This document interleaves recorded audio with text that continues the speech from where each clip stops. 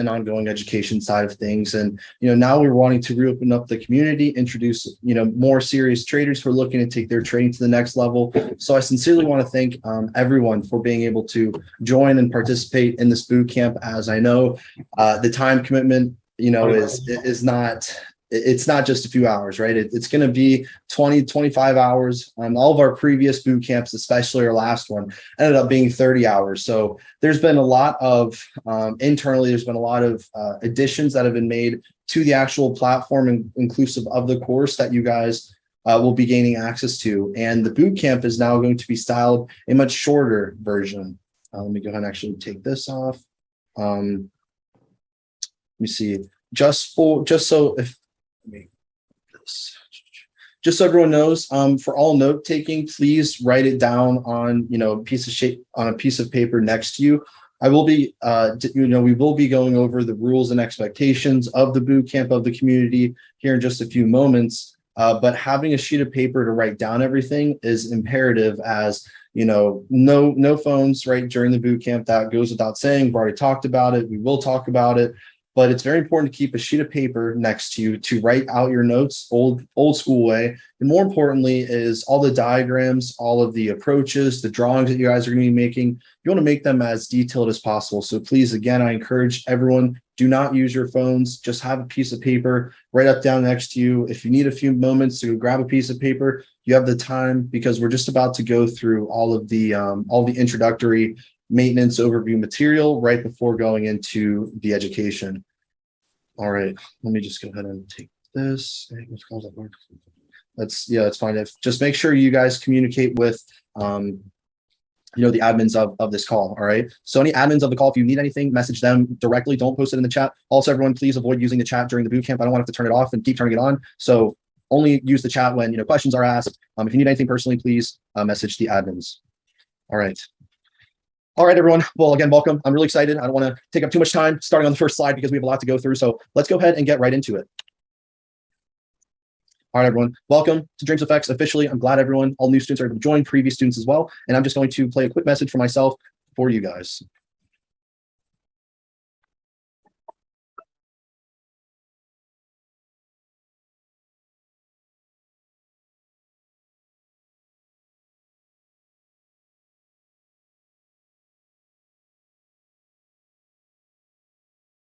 Hey, Griffin, can you hear the video? How grateful I am as you're about to embark on your new journey of trading, becoming not just a profitable and consistent trader, but really becoming the 1% as you're turning your dreams to reality. And here at Dreams Effects, we're not only providing you the revolutionary ideology to understand how the markets actually work by the central bank algorithm, but most importantly, we're providing you the necessary plan, showing you how to turn a dream into a deadline as it becomes a goal. And this bootcamp is going to expose you to the opportunities and the limitless expectations that the market provides every single day. So thank you guys for joining. I'm so excited. Enjoy the boot camp, and I look forward to having all of you guys in the community.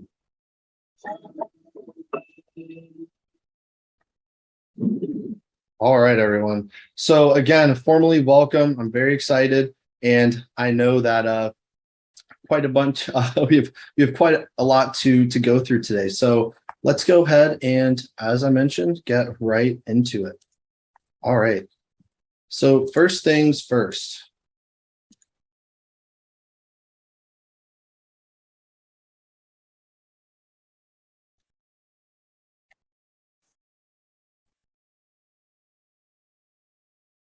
So welcome to Dreams FX family, everyone. So what exactly is our mission? So we are here to really have an impact on the global education and all financial markets.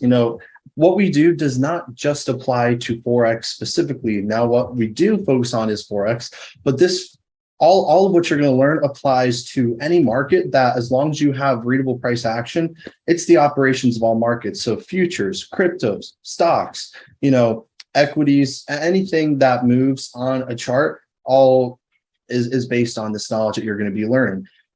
Specifically, we are specializing in developing the 1% of traders. As you guys know, this is not it's not an easy course. It's not just to do this, and you're done, right? This is the next level of comprehension, understanding, really taking your analysis to the next level, but also your mindset, because oftentimes everyone in the markets, they're always focused on the strategy. But if your strategy or your analytical skill set is all the way up here and your psychology is not on par with it, you're never going to make the results that you want. So being a mastermind is more than just, oh, I know this, this, and this, or ping ponging, as you guys are going to realize. That's not being a mastermind. But with that being said, we want to have and transform you guys not into traders, but thinking like portfolio managers and being able to have the skill set analytically of a complete professional. So more so, everyone, whoever falls into Forex initially, me being one of them, 5 years ago, you fall into the trap of being sold a dream. This is what can happen. You can flip accounts, make all this money. But as you guys have known, if you've had the extensive experience by now, you were being sold a dream. And now our goal is to not sell you a dream, but provide you the necessary tools and equipment, showing you how to turn that dream into your own reality, as I have done it, as we've had a few students themselves who are already on their mission and really starting to have huge impact on their lives, their families' lives, and just showing the true possibilities and potential. Because anyone in the world is able to trade. And there's no discrimination. If you're in Africa, if you're in India, if you're in any even third world country where there's not the opportunity, everyone has equal opportunity in the market as long as you have a willing mindset and the ambition to get there, right? What's our vision? Our vision is, again, to become a global education empire that over years and years in time will give everyone around the world the opportunity to become financially literate and have the opportunity to escape the mainstream system, especially like we've talked about with work, with payment, everyone all around the world, currency and exchange rates being a lot different. Here in America, you would earn more here maybe than in Venezuela and Colombia, other countries whose, money doesn't go a long way. Trading, by showing everyone around the world what is possible when it starts with trading, long-term investing, this is how you're going to slowly and over time accumulate wealth and start achieving all those things that you want. And all of us here at the end of the day are here for a specific reason. And money is just a byproduct of the skill set that you guys are going to be learning. That's going to allow you to spend time with your families, open that business you've always wanted to, run. If whatever it might be, that's our goal for you. So our emphasis is to ensure top quality to aid all of you guys and success, the retainment and the expansion of continuous innovation. It's never always going to be the same. And for our current members and for our future members who want to know, we are still in our infancy stages. There's so much coming. And, we've now been, as of next month, it will be a year that we've been established. This isn't going to be 1 year, 2 year project. It's going to be ongoing. And as you guys get closer and, as soon as you get through the boot camp, you're going to realize that there's a whole ongoing process. And we're really trying to have a profound effect on the industry. So with that being said, we are not the standard. We're not comparing anyone else to us. We're setting a new standard, a new expectation for traders who really want to make it, knowing what it takes to get where you want to be. So exactly, who am I, right? What's my experience? What are the foundations of Dreams FX? What are my credentials, right? So everyone at this point should know who I am, as I've talked to every single one of you, right? My name is Griffin Starcher, right? I'm the CEO of Dreams FX, and Dreams FX was initially founded in 2018. For those who do know my story, you guys can just listen. For those who do not know my story, I started trading in 2018. Late 2017, 2018 is where I really took my trading to the next level, and that's where I became a full-time trader. When I first started trading, I found out about trading the opportunities. Oh, you can get rich quick, blah, blah, blah. At that point, I was 17 and I was like, I really want to make some money. So I found out about trading. I'd worked the whole summer before going into university as a lifeguard, trying to save up as much money as I could, working 60 hours a week.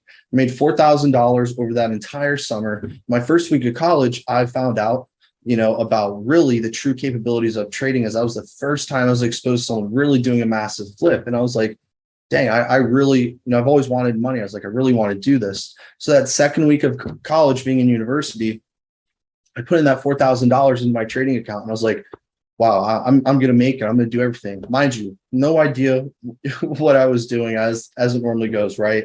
And that being said, over the course of that next week, I ended up losing everything that I had. So at this point, I'm 3 weeks into college. I had no money, and my parents had saved up money for me, my twin brother, and my sisters to go to university. Well, the day after I blew my account, mind you, my parents not having any clue that I was trading, my dad said, I'm going to liquidate your college fund. I'm done with college, and he's, at that point been on my life. I was out of state college. It was $52,000 for my first year, and I had $0 to my name and no loans. And I'd worked my entire life up to get to my dream school at this point, and I was finally there. So 3 weeks into school, no money. I was just told that my school was going to be paid for, and I knew I had to figure out an effing way to do it. I figured out that if I can lose $4,000, I can make $4,000. I asked my aunt for $50 for grocery money. I put that into an account. I found a really good mentor at the time, only trading indicators, oscillators, momentums, volumes, everything, right? And over the course of the next 3 months, after I put that $50 in, my first month turned it into $10,000. My second month, $100,000. By the fourth month, I made my first $1 million. At that point, I went from zero to my own personal hero with no help, no one, sleeping an hour and a half a day, teaching myself my own classes because I wanted it more than anybody else. At that point in time, I was by myself, and I knew whatever I wanted to achieve. It all starts with a dream, and that's where Dreams Effect started back in 2018. Over the course of the next year and a half, I grew my own personal portfolio to $3.2 million. And I was riding on highs, was able to pay for my college the first 3 years of my college. And I was like, I'm exactly where I want to be. I'm so happy. I worked so hard. It was great. COVID came around. And at that point, I was very heavy into gold. I loved gold. And I had no understanding of risk management, absolutely none. I would just literally exponentially compound my account every single time I was in a trade, taking anywhere between 30 to 70% drawdown on those large accounts at any given point, trusting that it would just end up working out, which it did until it didn't. And that's where gold came around. And I decided, I could really make some retirement money being 18 years old, 19 years old, that I could just, I could make it. I could just do whatever I want to do. So I ended up deciding to risk 90% of my portfolio on gold with the monies that was at hand. And in 3 weeks, I blew that $3.2 million down to $30,000. And that's where I realized I had really effed up. I let my own head, my own ego get to myself. At this point, going into my third year at university. And then a month after that, I lost everything. I 19 years old that I could just, I could make it. I could just do whatever I want to do. So I ended up deciding to risk 90% of my portfolio on gold with the monies that was at hand. And in 3 weeks, I blew that $3.2 million down to $30,000. And that's where I realized I had really effed up. I let my own head, my own ego get to myself. At this point, going into my third year at university. And then a month after that, I lost everything. I lost everything I ever had after I paid for all my school. So I had to drop out. I became homeless and no family, no friends, no nothing. With the same backpack that I have right next to me, I was sleeping on the beaches, on the middle of literally sleeping on the beach for 2 months straight, every single night, nothing to my name, no parents, no family, no friends. And I realized looking up at the stars that, I have two options in this scenario. You either give in and let everyone tell you that they were always right, or you can be the hero of your own story. You can understand what it takes to achieve greatness. And I understood at that point in time, it's your mindset. Everything is you're capable of more than you think, but you need to put your mind to it. So at that point, I realized the only way that I'm going to be able to recover from this is by thinking in a way that's going to allow me to. If you're negative, if you attract negative things, you're never going to be able to get where you want to be. You're not going to attract positivity. So over that period of time, I got enough, couple $1,000s over the course of a couple months, working my ass off on a beach, on a pizza parlor on the beach, walking up and down the beach, delivering, saved it up, put it back into my trading account. I'm like, I'm going to do this again. I'm going to learn from all my wrongs, make it right every single day, study my own psychology, exploring the realms of my own consciousness. And since then, I've been able to build my way, back up. And that's where I'm here, is to show people and inspire people that if you have a dream, it's up to you to chase after it. Whether your parents don't believe in you, your friends or your family, none of that shit matters. As long as you believe in yourself, that's all it takes to be great. But if you are always looking for that validation from outside of, yourself, from your parents, family, your friends, they're all going to say you can't do it because they don't know what you're capable of until you actually do it. Now, guess what my family says? Wow, you proved everyone wrong. I'm like, damn right I did, because I'm not just here to exist. I want to live my life on my own terms, and I want it more than anybody else. So that's my story, and that's my reason for Dreams of X, to show people what is possible when you have a winning mindset, when you believe that you can do anything that you put your mind to. And everyone around the world wants to learn how to make money, but very few people actually know how to. So if at least I can provide the opportunity for people around the globe to educate themselves and learn what it really takes to get to the next level, that's my purpose, and that's why I'm here. So that's enough about me. I know you guys want to go straight to the boot camp, but that's just about me and my story, and those are my credentials. So that being said, everyone, that is myself. That is Dreams Effect. Started way back in 2018. Officially, as of this year, really starting to have an impact and wanting to go into really global level, different languages, XYZ. So we'll talk about that later on, right? But thank you guys for listening to that. Now let's get right into the overview. So throughout the boot camp and lifetime education that comes afterwards, you can expect to learn the who, the what, the where, why, when, and how of all financial market operations. So understanding exactly where the markets are manipulated, understanding the algorithm, how all moves in the market occur based on the institution's positions, and why all traders are losing, and most importantly, by using those losses to learn how and where to win to become the 1%. As I mentioned, this boot camp is, for the majority of the part, all analytical. The second half of that, the psychological, is going to come in the course when we discover that in the next slide. More so, developing an algorithmic mindset, huge. Not just a winner's mindset, but an algorithmic mindset. And what this is it's going to allow you to process the markets from a rule-based approach based on facts. Understanding that you're not letting your emotions come into play. You're not going to allow any naivety come into it. Understanding how to remove your emotions entirely and follow that strict rule-based system that relies on facts rather than interpreted theory.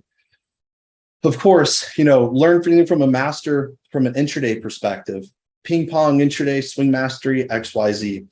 As we have told students before, if you've ever seen someone ping pong and you're like, oh, that's so cool, I'm here to tell you right now, you will learn how to do that. But if you emphasize on trading that way, you are going to have not only loss rate, but you're not going to be making as much money as you could. That's where I have my own edge. Do I know how to ping pong? Absolutely. But anyone who actually does ping pong does not make money. And then furthermore, does not actually know how to trust the right side of the market and have their own patience. If I were to say to you guys, do hedge funds ping pong? Do institutions or banks ping pong? No, they don't. Well, ping pong. No, they don't, right? When you have capital, when you have serious money to get behind and you're funded, if you have $100, $200, $300,000 in funding, do you need to ping pong the market to make some money? Absolutely not. You just need a few positions, a few trades a week, making those, withdrawals, and you're golden. But why people emphasize so much, ping pong, it's very toxic. That's not how trading's supposed to be. The top traders in the world do not ping pong, but you will still be able to learn how to, just so you know how I specifically trade with my own edge, right? So it doesn't matter what type of trader you are, you're going to be able to excel, because the same strategy applies on all time frames, as you guys have probably now learned from the day one reporting of the May bootcamp.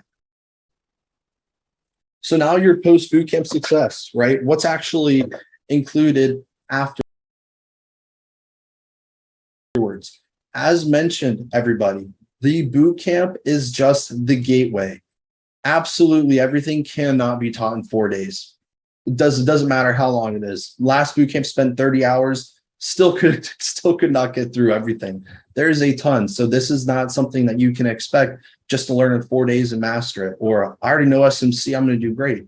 Absolutely not. We've had some traders who have been trading over 10, 13 years, and this is a new approach for them. So it doesn't matter how well you think you interpret or how fast you think you can know something, it becomes completely irrelevant because it's about experiencing everything you're going to be learning in the boot camp and afterwards. So first things first is the mastermind course, right? So the whole A to Z approach, and this is something that we are still working on, especially for the higher end tiers, even some announcements for the new community. But the mastermind course is going to be all concepts covered in the boot camp and not even included in the boot camp in the most extreme detail. So in the mastermind course, there are going to be 5 pillars to becoming a mastermind. The mastermind course doesn't mean you're a mastermind after the course, not in the slightest. You are a boot camp student. To become a mastermind, you have to go through all of the pillars of a successful trader, hence the journey to the mastermind. Your journey to becoming a mastermind is going to be having the pillars consistent of all the core concepts, everything you'll be learning in the boot camp, all the intraday mastery, understanding how to master all concepts on an intraday basis, your trade management and risk management pillar, everything about growing any sized account consistently, so on and so forth. Mastermind psychology course, which is what we're still working on to have a professional actually teach this course for you guys. So you know exactly how to manage all emotions throughout this process, because having $100 account psychologically versus having a 100 to 500 or $1 million plus account is a lot different, because for obvious reasons, you're managing a lot more money. Even though strategy might be the same, your approach is going to have to be a little bit different. And then, of course, the last and final pillar of the mastermind course is the algo mastery, putting everything together entirely to where you can understand boom, boom, boom, boom, how exactly to process that. But even though this is called, the mastermind boot camp, you're going to be learning algo concepts. We know that there's education all over the place. Some people are very proficient at SMC. Some people don't even know, the core concepts of SMC. So this is a whole conglomerate that's going to prepare you for the real course, your real journey. Of course, the Discord, for those new and current students, the whole Discord has been innovated and is going to be continuing to be innovated until day 4 of the boot camp. For the new students, you guys are going to be working together, and think about it like it's your class for school, elementary, high school, whatever it might be. You're going to be working up the levels with your class. So the boot camp, there's going to be specific criteria that I'll cover with the new students before the boot camp ends, things that you need to do, what you can expect. But as soon as the boot camp is done, all the current students, you guys are going to remain in that pro chat that you saw, and you're going to work through. There's going to be specifics, objectives, to then go into the next tier, right? Same with the boot camp students. Boot camp students, after you go through the boot camp, you don't gain access to the main general Discord. You then need to go through all of the core concepts. Once you go through all the core concepts, test out, then you're admitted to the main course. So there's a hierarchy system that we'll be going over immediately after the boot camp is completed, or on day 4 rather. And then, of course, you have our members area.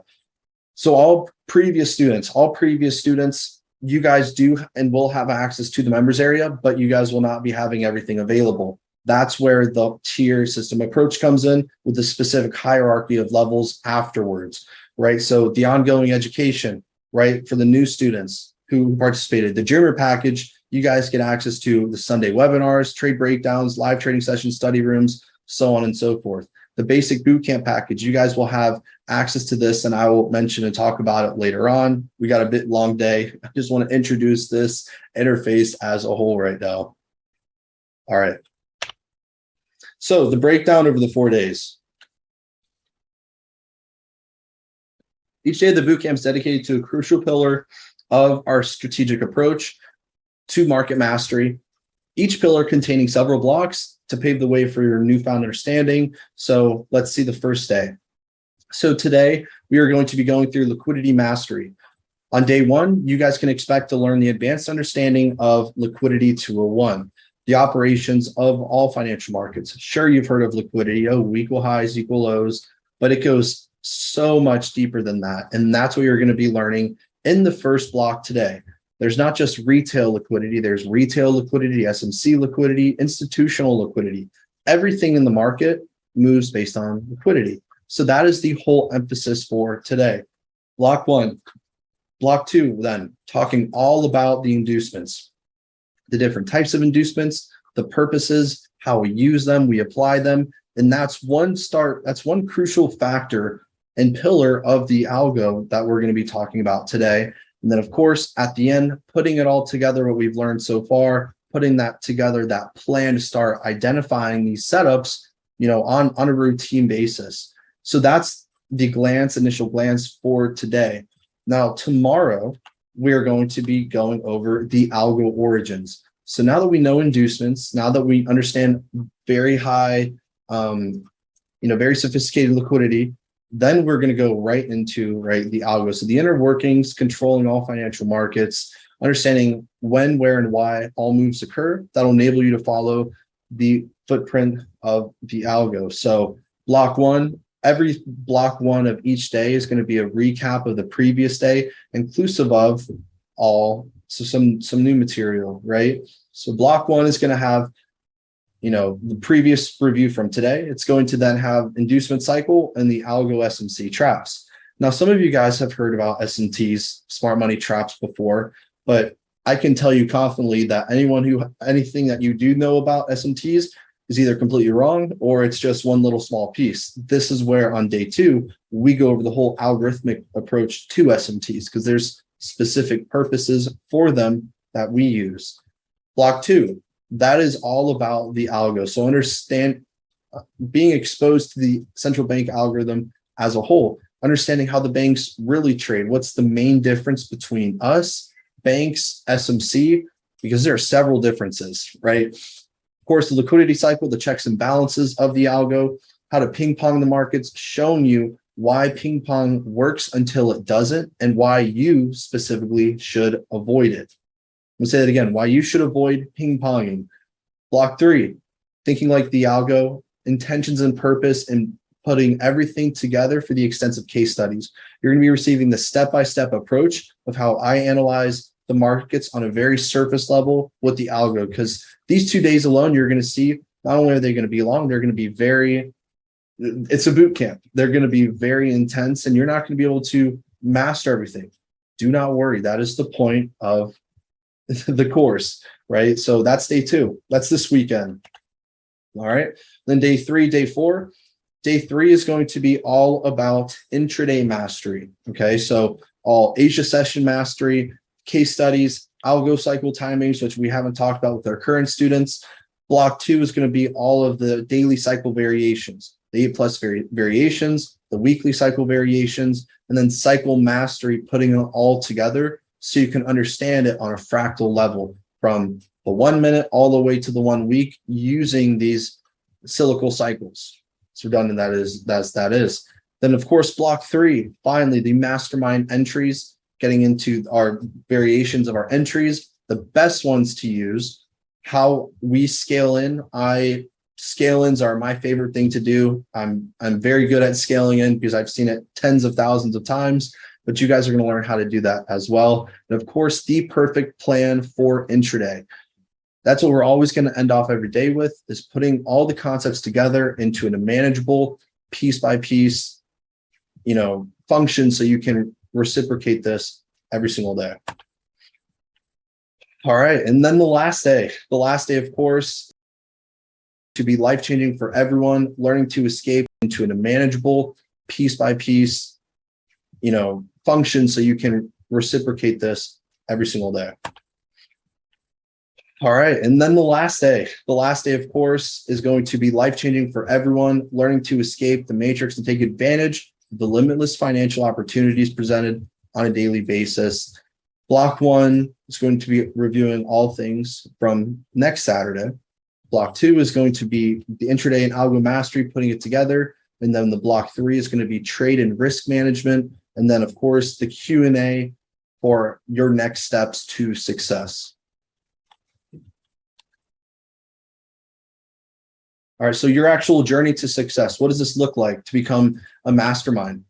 The first phase, the first step for everyone is obviously joining the boot camp. You guys have already joined the boot camp, so you've already taken your first step on your journey to success, which I'm so happy and I'm so proud of everyone for.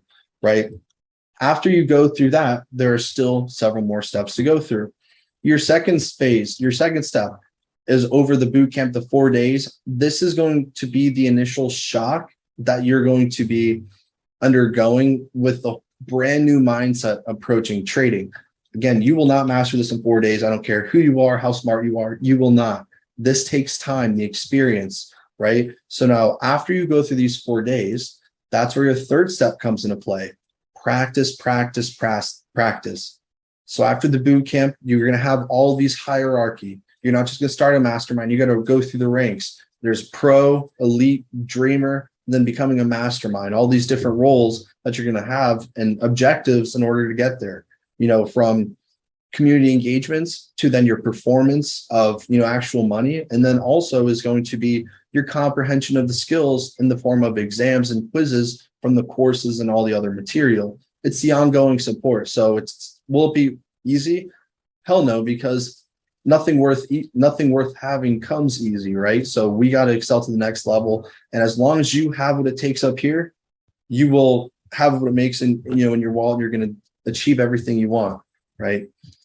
And of course, the last phase is going to be, that freedom phase. So showing you that approach, whether you have a few $100s to your name or maybe a few thousand plus, what's going to be your roadmap? Are you going to immediately go for funding? Are you going to immediately start growing your small account to then get funded? There's going to be a unique roadmap based on where you are financially. So there's not going to be any more confusion in your market interpretations. You're going to have a plan. You're going to learn how to execute that plan financially and do so on a routine, consistent basis.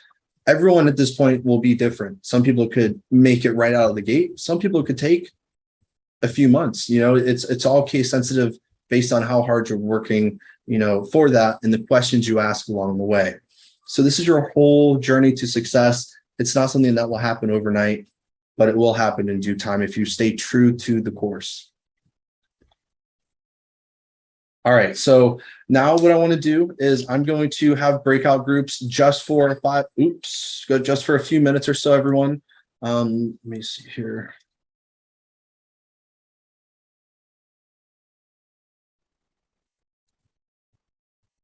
All right, let me see. Here we go. We're going to have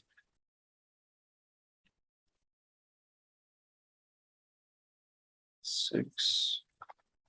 All right, so you guys are going to go into your breakout rooms. We're not going to do it as the community as a whole, but I'm going to set a 6-minute timer or so, and we are going to have you guys introduce yourself to one another, from new students to current students. All of you guys are going to be intertwined with a group of four to six people. All of you guys just introduce yourself, answer these questions, come right back, and we're going to get right into the course. Okay, so that being said, we're going to go ahead and create it, and you guys will have access right now.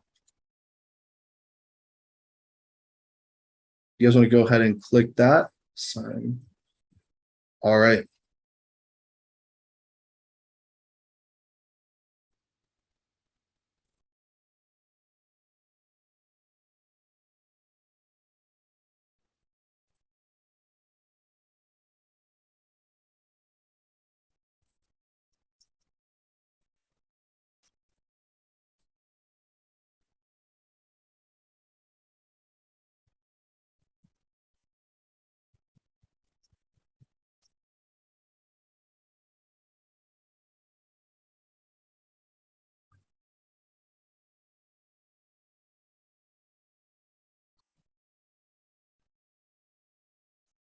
Mr. Yilmaz, if you could please join. Manad,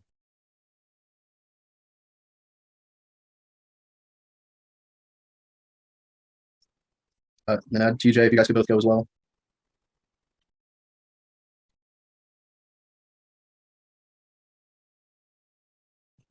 Hey, Nat, you want to join room number 1? Okay. What's the move now? After I'm gonna talk for a while. All right, I'm gonna take 5 minutes, 3 minutes remaining, and we're gonna get started. Broadcast message to all. 3 minutes remaining. All right, guys, we'll be right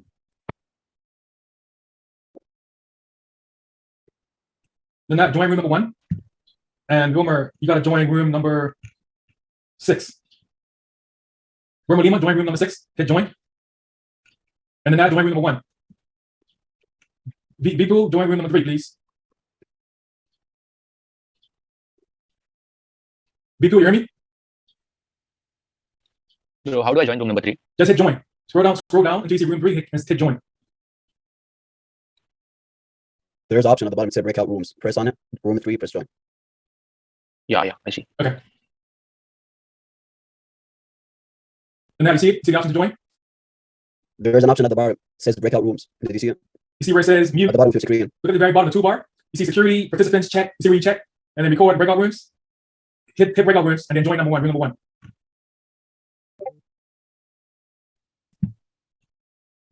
All right. Hutan, join room number 4, please. Look at the very bottom of your computer. You see the toolbar when there says breakout rooms? Join room 4. Cool. They should all be back probably here in another, I don't know how long they need. I just had another minute remaining. Yeah. Not a minute, it's getting late. Yep, I know that already, man. I was talking with a few people, Javon and Earl, and there's been the whole wrong approach. I mean, like, people are all over the place when it comes to this. So it's like, I'll talk to you about it later, but like condensing everything, like from the last bootcamp, I had 100 slides just for day 1. Like it's a lot. Like, it's like I have to go through absolutely everything. Yeah. And, there's just a lot of material. So, for me to try to condense it, there's just so much crap. It's not even an algo bootcamp because I got to teach everything before that point, So it's like after this bootcamp, things are going to be changing. There most likely won't be another bootcamp approach. It's going to be something else, and I'll discuss that with you later. But all right, no problem. All right, I'm going to go ahead and say, please join back. Broadcast. All right. If I close all rooms. Shouldn't we just close all the rooms and make it easier? Yeah. We return to the main screen. All right. Got it.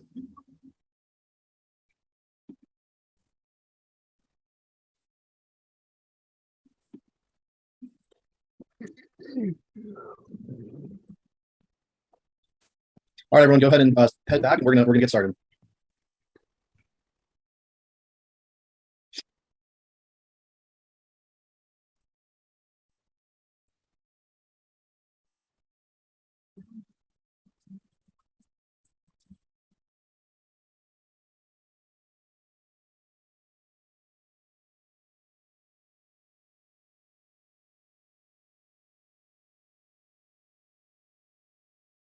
All right, at this point, everyone should be back. Remember, please be in view of the camera, and our admins will be reaching out to you guys if there's any suspicions, if you guys have any questions, please message them, let them know. They're the ones who are going to be actively watching. All right, so hopefully you guys are able to introduce one another. We're going to have that another 1 or 2 times throughout today, tomorrow, and let's go ahead and get right into it. So, all right, everyone, bootcamp challenge. So those who know, we have a different challenge each bootcamp, and this is going to be the opportunity that you guys are going to receive to jumpstart your Dreams Effects trading journey.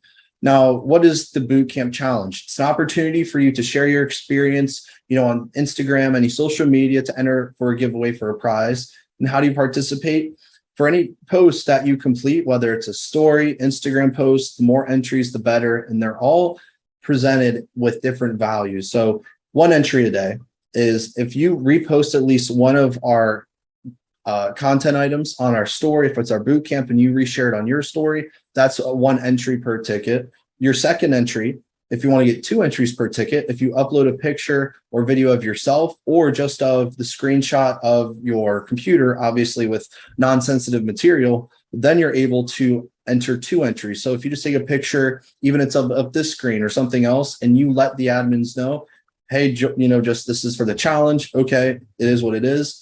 Let them know. You can take a picture and then just tag @DreamsFX for that story post so we can actually see it. If your account is private, we won't be able to see it and you don't have to enter the giveaway.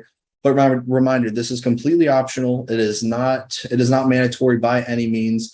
But the opportunity that presents after this 5th entry, right? Can we get 5 entries? If you post a short video of yourself or of your notes or just your experience, be 5 to 10 seconds. Then you get 5 entries per post. Again, tagging us to make sure we actually see it. Your name then is added to the drawing list with your amount of credited points.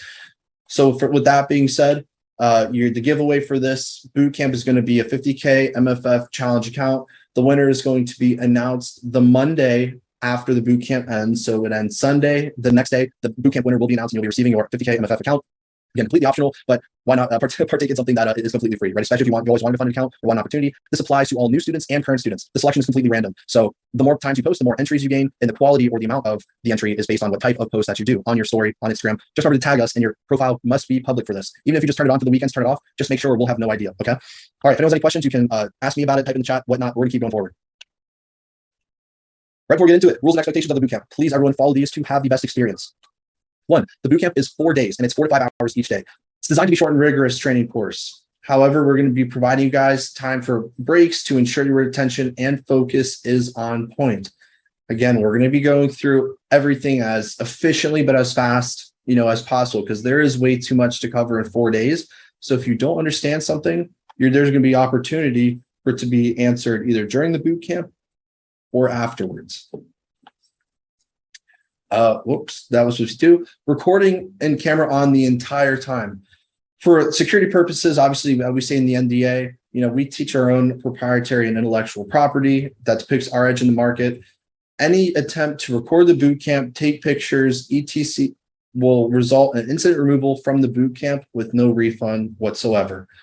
I encourage you guys, please do not take screenshots, pictures. Not only will there be a watermark, but we get notified. If you attempt to record from a third-party platform, we get notified that you do so, and that's just instant ban, no, nothing. We are here for you guys, and you need to understand the bootcamp is not everything. It's just leading you to everything that is going to come afterwards, okay? So throughout the bootcamp, we're going to have one random security check by our moderator for every person, just to ensure that you guys are going to show your workspace, you're not having any problems. And it's not just going to be, but 10 seconds. Hey, just share your screen. What's going on? Great. We're good. As mentioned, the reason why things are not leaked from us is because of the security protocols. It's no fun from a student perspective. Oh, we want stuff leaked. But I now understand as an educator, out of the hundreds, thousands of hours I've put into this, thousands of hours, it's kind of just like, you're not going to succeed if people just try and leak this thing. It's just going to end up being like everyone else. And especially you're going to see there's not going to be any advantage. There's not going to be anything, especially because you're going to have the opportunity to receive everything from the boot camp afterwards. And you're going to have all the videos of all the concepts afterwards and 10 times the amount of depth. So I encourage you guys, please don't be stupid. Please don't risk it. It's dumb. This is just the introduction, okay? I'm not going to have any worries about that, right, everyone? Type yes if I'm not going to have any worries, right? There's not going to be anything. Type in the chat. Good. 3, write down all of your questions. The bootcamp is not styled to be an active Q&A section. We all know that you guys are going to have questions at some point throughout the bootcamp. That's why we leave cliffhangers. That's why we leave some things open-ended, because those questions will be addressed later in the boot camp. And if your answer is not received, then there's an opportunity on day 4 of the boot camp for you guys to ask all of your unanswered questions. So I encourage you guys to have a separate sheet of paper and label it accordingly. Boot camp questions, day 1, and then the section of the question that you have. Day 2, the section or the block you had the question. This is going to be a key piece of paper, so make sure you write down all of your questions in the most, in the best detail, and they will get addressed, they will get answered. All right. 4, take high quality notes. Don't just do Sanskrit or anything abbreviated. Previous students will tell you this too. Make sure to take high quality notes. There's going to be, adequate time that's going to be given, but at the same time, it's not going to be for you to copy everything on the page. The words I say are more important than what's on the screen. Just like in school, you can't put everything on a presentation. If you write down word for word, you're not understanding the most important things. So anything that's bolded, anything that's italicized, anything that I say are the most important. And for obvious reasons, not everything is going to be given on the screen, because in case there is someone who decides to break the rules, well, it's just going to hurt them. It's not going to hurt anybody else, because what I'm saying is still being delivered. right? So paraphrase the most important information and draw replica examples. If you have, pencils or crayons or markers, color highlighters, whatever, to study them to the max. And of course, at the end, there will be an opportunity to receive all the diagrams for the bootcamp afterwards. So stay alert for that. Fifth and final thing, have fun and trust the process. All of you guys are a part of the bootcamp for the same reason. And just like college, you're going to be graduating off into the world of top tier trading. We are all here for the similar reasons. Developing meaningful relationships with other members and building a community of high skill set individuals is what separates us from everyone else. It's not just about making money. It's about the whole process it takes to actually get there. What it takes mentally, how to succeed in success and surround yourself around like-minded individuals. It's not like it's going to be a school project where you're working with people you don't want to work with and you're trying to have a half-assed project. There are very high skill set individuals within the community, and building relationships and starting to work in groups is going to be a key factor to everyone's success, especially when you're working on the same with someone else who's on the same wavelength. It's going to make you grow so much quicker. So that is going to be so important. So have fun, soak up the info, and then off to where the real mastery begins afterwards in the post bootcamp, Dreams Effects Discord, mastermind course, so on and so forth. With that being said, day one, introduction. We're going to do the key takeaways from the first, the bootcamp recording, only a few slides, and then contingent after that, I might say we could have a quick 5-minute break so we can keep going through. All right, everyone. So the bootcamp recording recap. As you guys have all hopefully watched by now, and if you haven't, I heavily encourage you guys to rewatch it. Day one of May Bootcamp is very informative, but is meant to serve as a complete review prior to actually joining the Mastermind Bootcamp. With the core concepts of day one alone, you can become more than profitable. Just trading structure, order blocks equal highs, equal lows, premium discount, you become very profitable. And that's a very smart edge to SMC, right? However, our goal is to exploit the algorithm that manipulates and regulates price. We're not interested in just trading another strategy with another edge. Our goal is to understand every single move that happens in the market, the reason for it, because you then know, well, shit, anything can be possible. But that's where a plan is going to come into play to showing you, once you know everything, this is how you only take the best of the best. That's the whole point of it, right? The bootcamp is solely about liquidity, derivatives, and mastering the algo, understanding how the banks really trade and the operations behind all financial markets. And you're going to hear that statement a lot. Operations of all financial markets, the back end operations, why everything works the way it does. And that's what the algo is going to be teaching you over the period of the 4 days.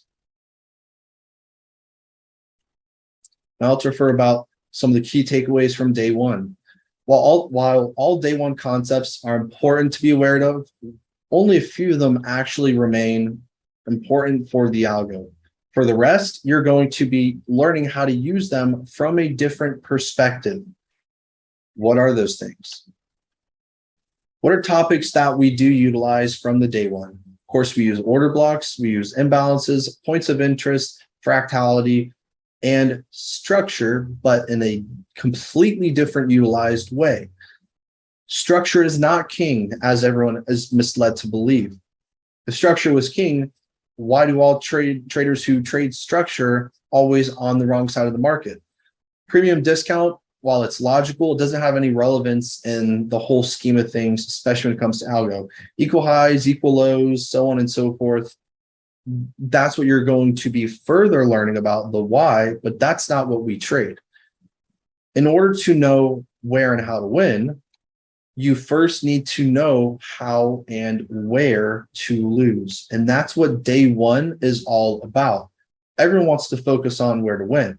But what's the last thing that anyone wants to do in the markets? The last thing anyone wants to do is lose. And for the day one of the Mastermind Bootcamp in May, that's all we talk about is, oh, this is how you win, winning trading setups, win, win, win. But this go around, we're teaching you guys exactly where and how to lose Because if you know where and how to lose, that tells you exactly where to win. All right, so we're just going to go through that real quick. Now we're going to go into the day one, advanced liquidity 201. Now, of course, I know that there's going to be a process to this, so I want to have a raise of hands, raise your hand, type in the chat, keep going forward, or take a 5-minute break. Up to you guys. I'm ready to fly through, but I want to get a pull from everyone because I want to make sure your attention is exactly where it needs to be.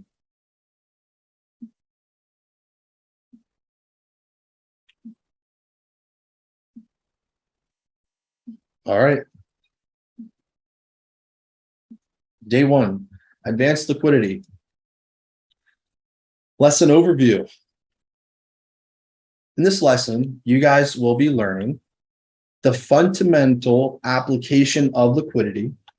You're going to be learning the core concept of liquidity variations that provide fuel to the markets, all the major different retail liquidity types and the reason they fail, how to use retail liquidity against retail traders.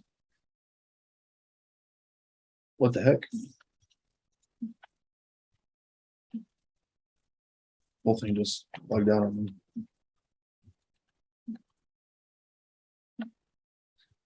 And again, in order to know where to win, you guys must first know where to lose.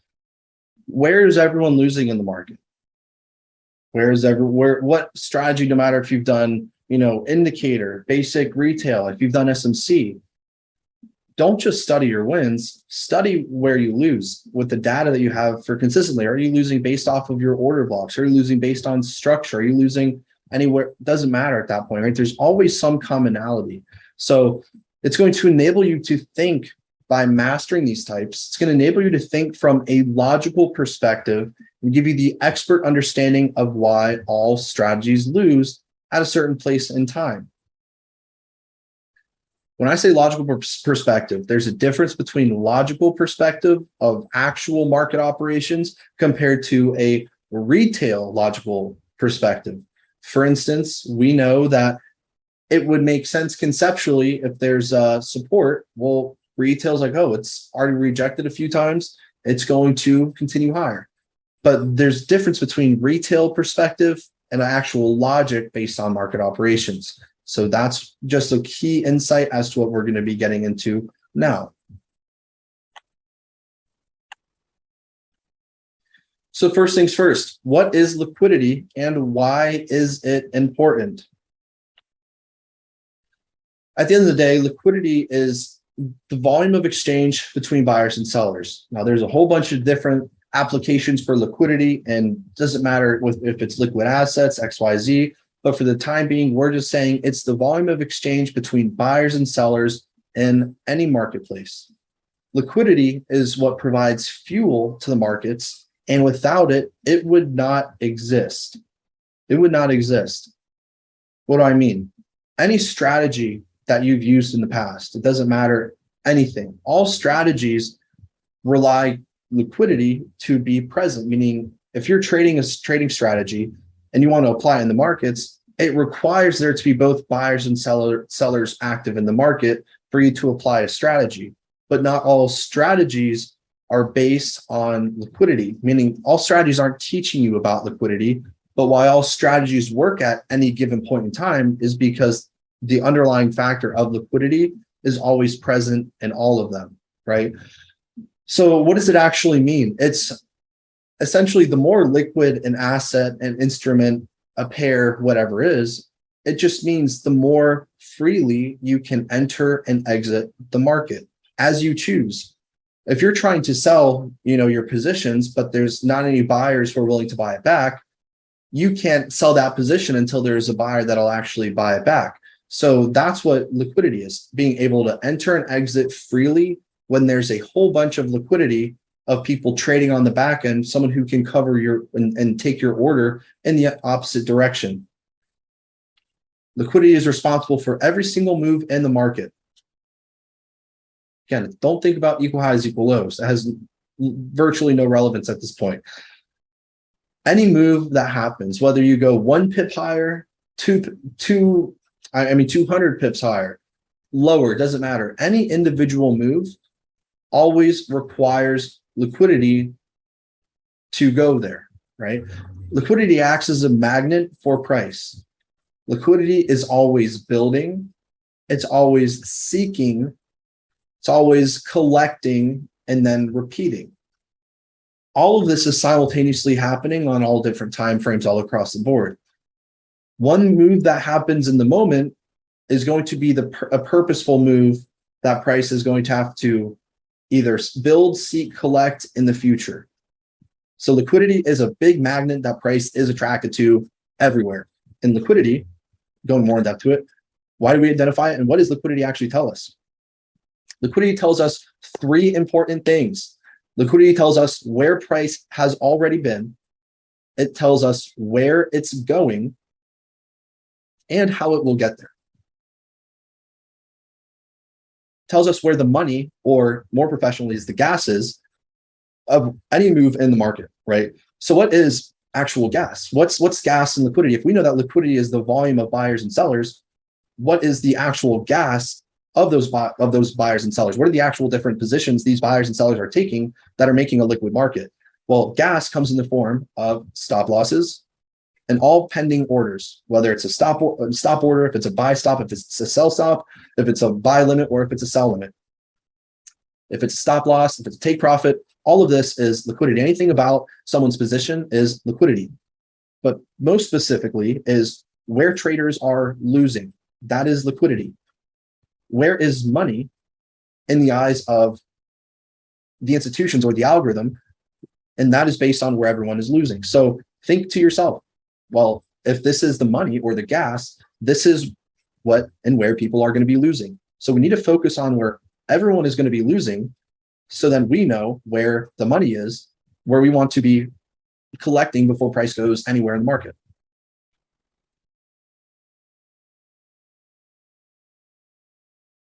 Give you guys about another 20 seconds or so. We're going to keep going. Again, just paraphrase, because we got a lot to go through.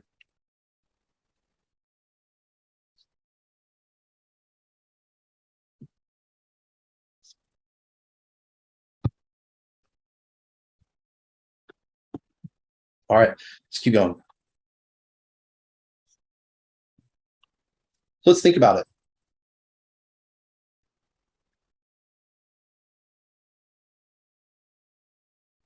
Imagine you're going on a road trip to a place you've never been before. Specifically for new students, if you don't know, go for it. Let's say this is where you are, and this is where you want to go. In order to get to your destination, what are 3 things that you need to get there if you're starting all the way to the left? Everyone in the chat, tell me what are a few things that you must have in order to get to your destination? Everyone go ahead and start commenting what you think. What do you need to get to your destination, to a place you've never been before?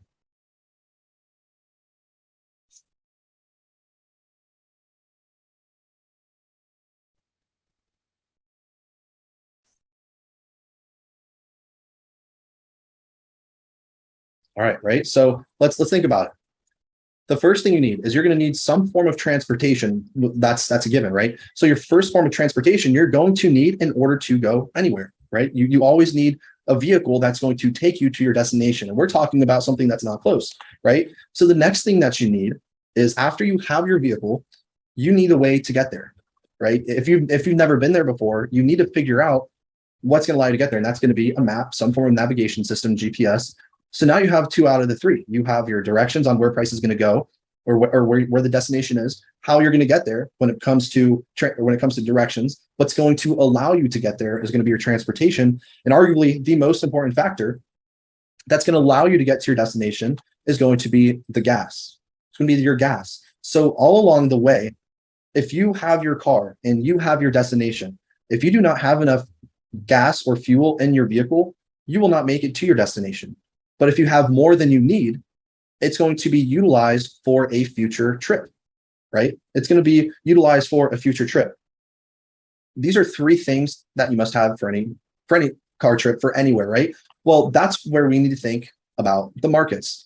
The markets are an entire roadmap, always in search of a destination, but always need enough gas to get there. And price, how price is moving up and down, higher and lower, that is your vehicle. your vehicle is priced that's going to allow you to get to your destination. But to get to your destination, you need fuel at gas stations to get there. And what are these gas stations? The gas stations are the institutional and retail traps or the liquidity pools where all of these types of traders are losing. I'm not talking about SMC and retail, they're one and the same. But institutional liquidity, understanding retail liquidity, by understanding where traders are losing, those are the gas stations that's going to allow you to understand where the destination is. So like we talked about, if you have enough gas, you're going to get there. If you don't have enough gas, you're going to have to fuel up before you get to your destination. So if not enough gas is collected, you can't get there. If more than enough gas is collected, it's going to be used for a future trip or for you to keep going maybe to a further destination. Very important is correct order blocks are what's going to be lying after your gas stations. So when your price or your car is fueling up, what's going to be the ignition after you fueled up for your trip, an order block is what's actually going to be like a Super Mario Kart accelerator. It's going to allow you to just boom, push directly in the opposite direction. And that's what order blocks do. Your order blocks are located after your gas stations. Those are what's going to set you right back on the right track for price.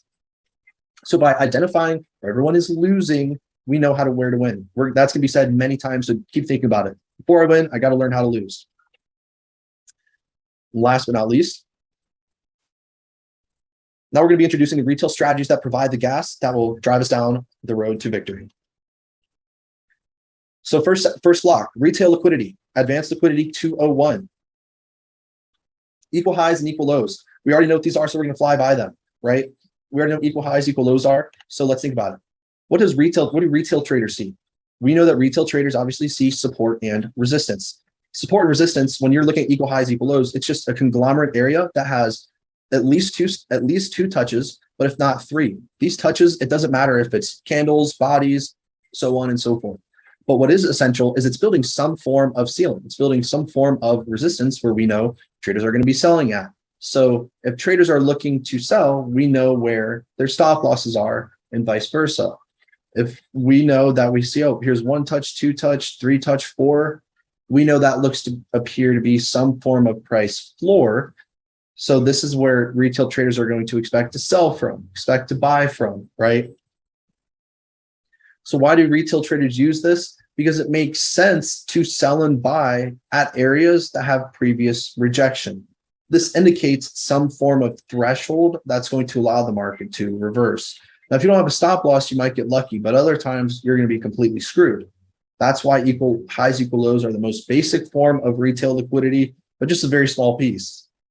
What market conditions do they occur in? Support and resistance primarily occur in ranging conditions as traders are typically trading zone from zone. I, for one, know that when I first started with price action, I was trading zone to zone, whatever made sense, because that made sense. So you're going to see support resistance all over the place. When you spend too much time on it, because you guys should already have that understanding. So now equal highs and equal lows, right? We know that these traders, they do not have their stop losses exactly at, these areas. They could be 5 to 10 pips afterwards. So the purpose of these types of liquidity is to build a pool by accumulating buyers at support and having those sellers distributed at resistance who got in prematurely. Again, everyone who's looking to sell here, and they see all these rejections, they're going to be entering after that. And the more times that you see a specific level rejected, you need to think about the purpose behind that is the more times that people are trying to sell and price is building a huge resistance, you need to think about, damn, there's a shit ton of money that's lying after where they're looking to sell, because the more touches that you have, the more rejection indicates the more amount of sellers who are trying to sell the market, which means the more amount of sellers, in terms of money, a much more amount of stop losses are lying above. So what happens is after there's a ton of sells, stacked, price liquidates them. And then based on the amount of liquidity that's building, you can expect a huge move in the opposite direction. But you can understand how large the move that will happen based on how much liquidity is building before the move. If it's just two highs like this and price were to wick it out and drop, it's not going to be as expansive because there's not a lot of stop losses lying above those two highs. There only might be a couple, relatively speaking. So now from a liquidity perspective, what do we look to do? We look to sell above resistance and buy below support. Knowing that retail is going to be looking to sell here, we need to be looking to sell above. And where, if we want to sell above, what's going to actually cause price to reverse? Two factors. And this is important. Students know I say this all the time. There's always two things that need to happen in order for price to go anywhere. Enough gas needs to be collected. And two, there needs to be a strong enough order block that'll cause price to get to its destination. So in this instance, we know where all the gas is. It's above here. Where's the stop or where's the order block? The order block is going to lie after our highs. So we're going to want to look above over here. So that's going to be our order block that we're going to use after liquidity is taken for then us to sell all the way lower. So it becomes very simple. Where's the gas? Where's everyone losing? Where they have their stop losses? Then identify the order block that lies above their stop losses, enter on that order block, and then price obviously will liquidate in the other direction. We get in where they get stopped out, right? You have retail who buys low, sells high. You have SMC who buys lower, sells higher. You then have institutions, algo, we buy lowest, we sell highest.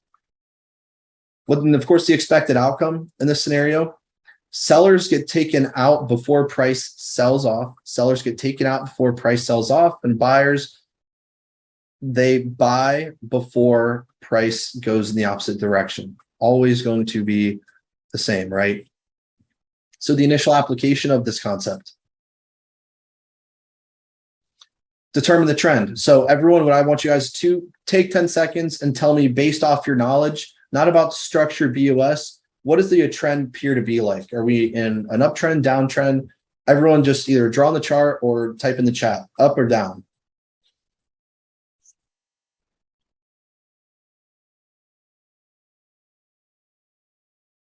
All right, so we're in a downtrend, very clear, right? So we're in a downtrend, all right? So after we're in a downtrend, great, we know that we're looking to sell. Next thing we need to do, if we're looking to sell, we need to ask ourselves, where's the liquidity? If we're in a downtrend, what type, do we look for equal highs or do we look for equal lows if we're looking to sell? Right, so if we're looking to sell, we look for equal highs. Where are all the equal highs? Everyone, again, engaging, everyone participate, analyze.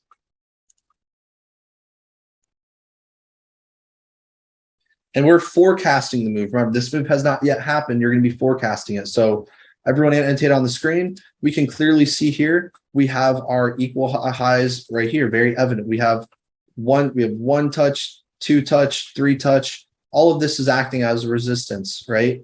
Next thing that we do is we then anticipate an order block, right? We anticipate an order block. So we know that if we have all these equal highs right here, we see all over here, we have one touch, two touch, all of these relative pool. This is going to be used as some form of support here. We have our resistance here. Now we need to ask ourselves, we want to sell lower. Where is the gas? It's above our equal highs. So now where is the order block? Everyone go ahead and identify the order block.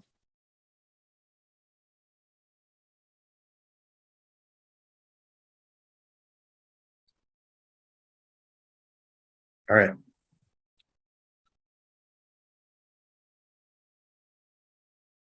All right, so then let's see what happens, right?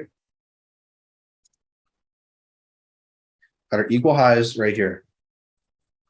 This is our order block right here. For those who said over here, remember about order blocks. This one, yes, this was an order block, but what happened? It was already mitigated. Once an order block becomes mitigated, it's not relevant. It doesn't become relevant anymore, right? And this out of service level, it doesn't become relevant. We only want an order block to be mitigated once. For those current students who know, there's a reason why it can be mitigated twice, but we don't have any information on that right now, right? So this is the only order block. And why is it this? Because over here we had an imbalance, but the imbalance was filled. It was mitigated. Perfect. So that's now taken care of. We know that this order block is not valid. We got to look above here. So where's the next order block with imbalance? We have a little gap right here. We have our imbalance. We then have our order block. So this becomes our valid order block. Now everyone go ahead and anticipate logically what the new move is going to be.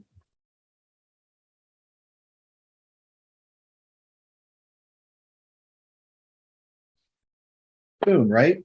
And so that combining everything that we just talked about, exactly. In order for us to get to our destination, which is down here, we need gas to get there. Where is going to be the gas if we're in a downtrend? Our gas is going to be above highs. So this is the gas that we need to collect at the gas station. This is then going to be the order block that's going to cause price to go lower.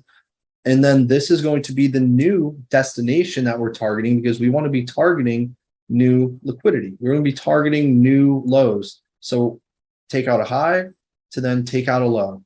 And that's how we are going to be looking to sell. And exactly as such, right? Let's go through another one. Why is this not? Hold on, y'all. That's with some issues we had this morning. Things were not copying correctly. All right. So the first things first is if I were to do this, well, I'll just walk you through this. In this case, right? I don't know why all this was inverted, but we can see here, based on this, the first thing I want to do is determine the trend. In this scenario, all of this to the right over here was hidden. This is all hidden to the right. Now, when we can see that all of this is hidden, the first thing determining the trend, it will, based off this, we can tell we're kind of going bullish, right? So after we identify that bullish trend, we then want to ask ourselves, right, exactly, if this is where we want to make new highs, right? If that's going to be our destination, where's the gas? The gas is going to be below our equal lows. Again, we have one low, we have two low, three low, four. Someone's looking at this as a support. So then we look to buy below this low. And where is the order block? The first order block with imbalance right below. We can clearly see right here, right? This imbalance was filled. This is our only imbalance right here, right here. This is our order block. So if this is our destination, this is going to be the gas that's needed to get to our destination. So gas is going to be collected, and then we know price is going to go higher. Why? Because our destination lies at equal highs, very clear resistance that everyone's going to be looking to sell it over here. So now we're starting to develop not just the understanding of liquidity, but how price is actually going to move to get there. Always logical. Of course, then it'll just end up going all the way there.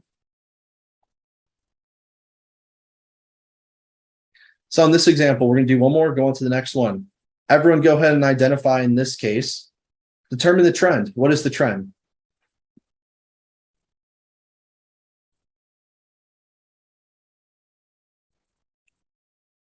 All right. Everyone's saying buys, right? Awesome. Yes. So we are bullish.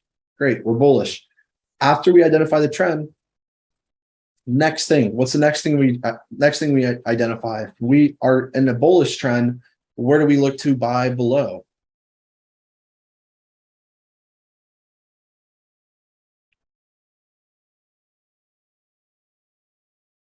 Beautiful. Let's do one at a time, right? Great. Now we know where we're going to be buying below. Awesome. Right? Now we have where we're buying below. And the last thing we need to identify is what? If we know we're going to go higher, we have our liquidity. Where's our order block?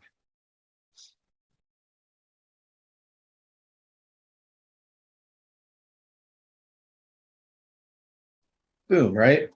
This is our order block. Where's the first imbalance below? Our first imbalance below is where? Well, this imbalance has already been taken care of, right? Where's the next gap? Boom, next gap's right here. This is our order block. And remember from the video, it takes out, order blocks must take out liquidity. This order block takes out a previous wick, indicating money has been efficiently swept, and this is where the orders are still placed. This is our valid order block, right? So this is our order block. Now, how do we anticipate price getting to the gas station and to then go to our destination? What are we going to anticipate?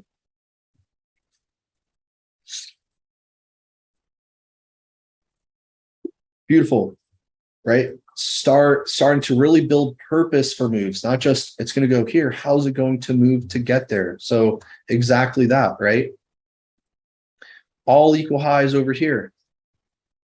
Here's our equal lows. We're gonna have to take out gas from above a high to then get to a low and then a target, right? New highs. Boom, very quick. This is just how the principle of liquidity works at initial application. Even equal highs, equal lows. We already know this, but we're transitioning to not structure-based trading, but liquidity-based trading, right?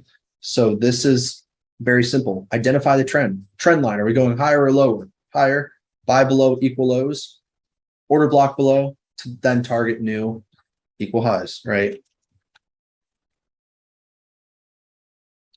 Awesome.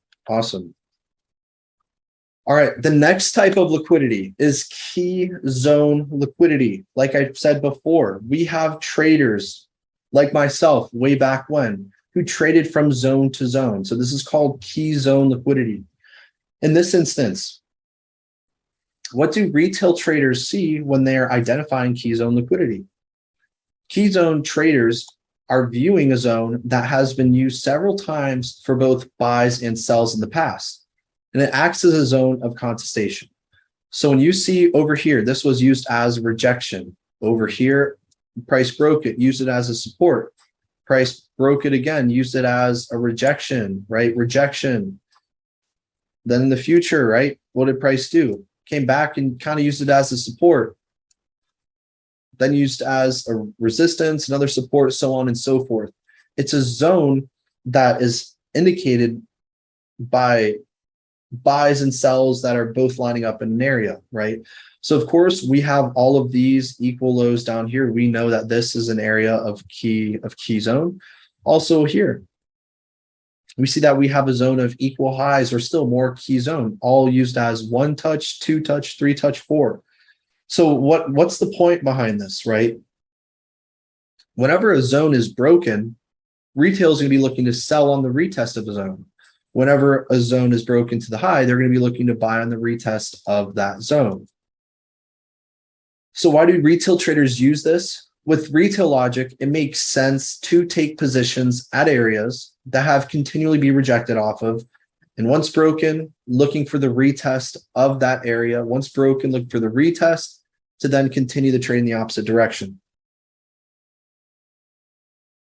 Market conditions, specifically key zone liquidity, this occurs in ranging market conditions where there's a lot of ranging going on for buys and sells. That's going to build that layer of key zone levels. We got another 15 seconds and we're going to continue forward.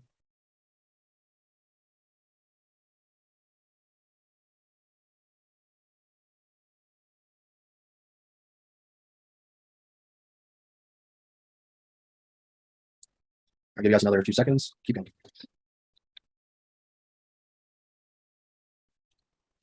Again, if you don't write them down, have questions, refer to on your piece of paper. All right, key zone liquidity. Again, furthermore, there are traders buying and selling within a range with no clear bias, and they fall into these traps of areas that act as a turncoat support and resistance that have several rejections and retest. This is the same image we saw to the left, right? And then what do we see? If you see a price that has been rejected as resistance and then a support, if you look for an order block over here, it will not work. So the purpose is we are looking specifically for retail traders to get in positions within the range, unsure of their bias, right? So it's causing them to be in both buys and sells because they don't know which direction the market's going. How do we view this is going to be based on the liquidity perspective. We identify bullish or buy order blocks below these zones and sell order blocks above. So if you see an area that was previously used as a, break and retest, or a key zone that was broken a zone and then it retests the zone, do not look to buy there because every other type of key level trader is going to be looking to buy there. If it's used as a resistance, right, in the past and it breaks it, don't use it don't look for an order block that lines up with your key zone. Do not. Don't get caught up in the choppiness. If you're looking to buy below, right, a key zone level. If you're looking to sell, right, if you see a previous level broken, sell above your key level zone. If you're seeing a key zone, do not sell in the zone retest of it, sell above the retest, or better yet, just outside of the zone as a whole. The expected outcome in these scenarios, price will continue to accumulate retail positions within the range in order to gather enough liquidity to create an impulsive move to break the range. All these traders, again, over here, who are looking for sells, what are their stop losses, right? These sells are in place specifically to cause a whole bunch of liquidity or retail sells stop losses to be above these highs. So that's why they're building this whole range. One end of the range or the other is going to get broken, and the range internally will stay intact, and the lower end or the right end of that range will remain intact to then break the wrong end where all the liquidity is building. So even there, you might say, well, there's all these, there's all the support. Yes, there is all that support, but there's a specific reason it worked, and you're going to learn here in just the next block. All right. So key zone is the next one.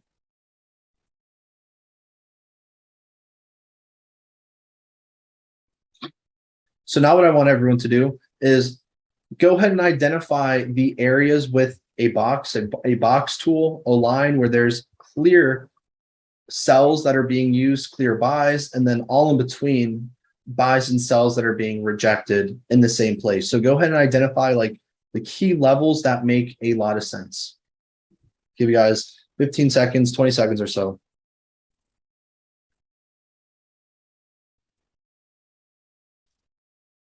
And there's no specific rules for this. It's just what seems to be the most liquid areas for these types of traders.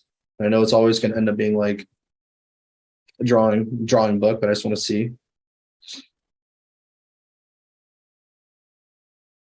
Exactly, right?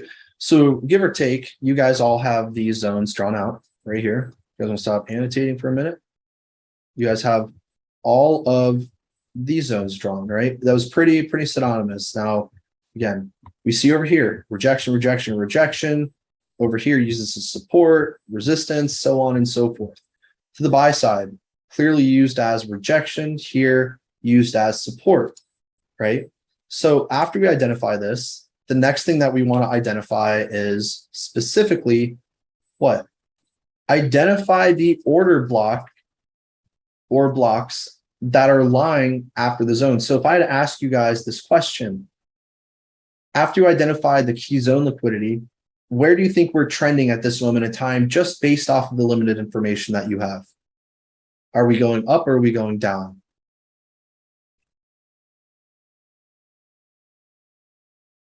Right? So what's just the most obvious? That's the thing I have to ask. And I know this is not TradingView, but this is what's needed before we go to TradingView.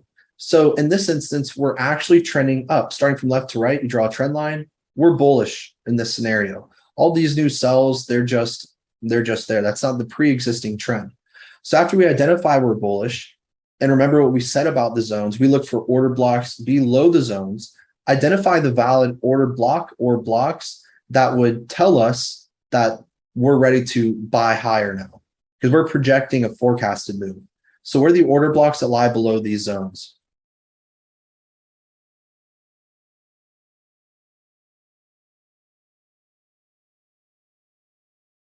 All right, we have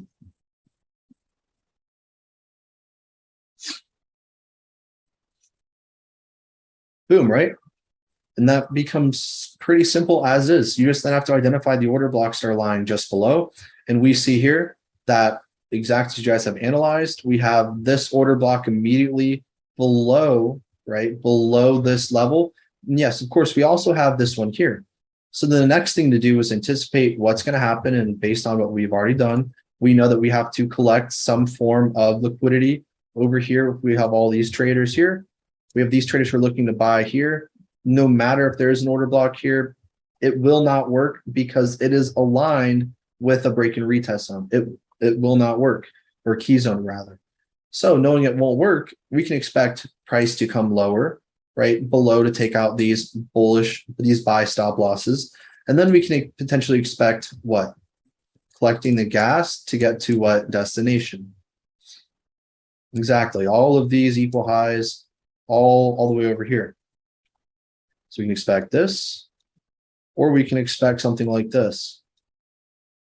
Either or, right? Now you'll know exactly which one has the highest probability of happening later on, but this is how you would approach it.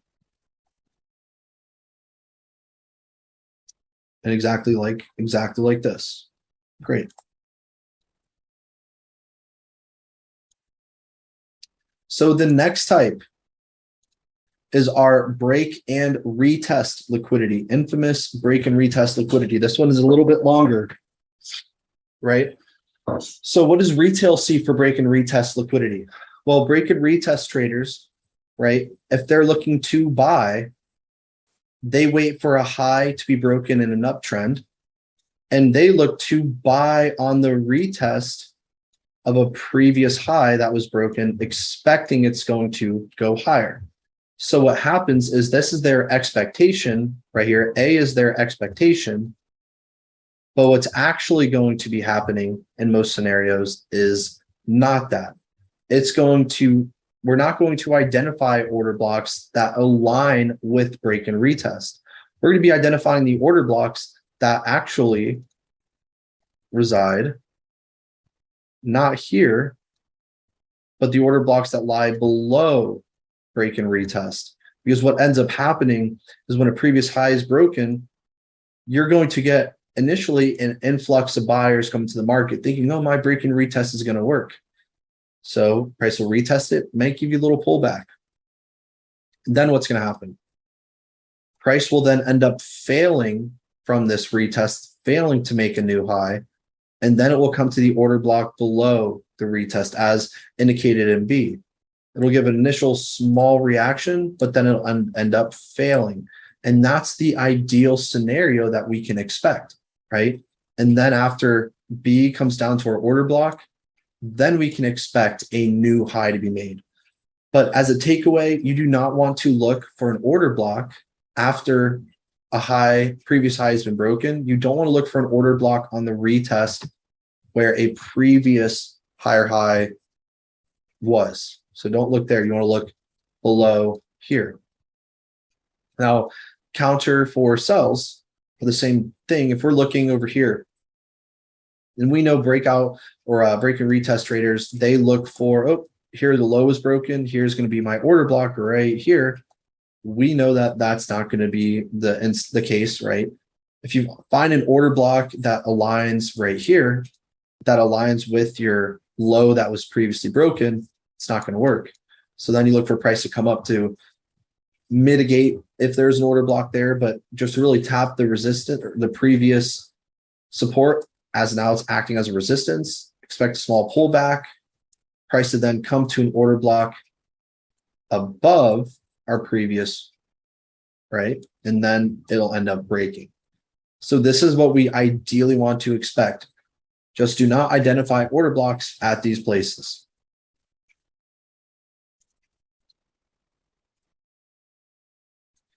Retail traders use it because with retail logic, it makes sense to buy at the retest areas of structure. Again, you can understand how it makes sense from a retail perspective. Oop, it was tested once. I'm going to trade on the retest of it. And it's just in a bullish market, bearish market, making that new structure. Now, what market conditions does it occur in? It occurs in trending market conditions as it requires a high to be broken and retested to go higher, or a previous low to be broken, retested to then go lower. That's what they're anticipating. So I'll give you guys another 10, 15 seconds and we'll carry on.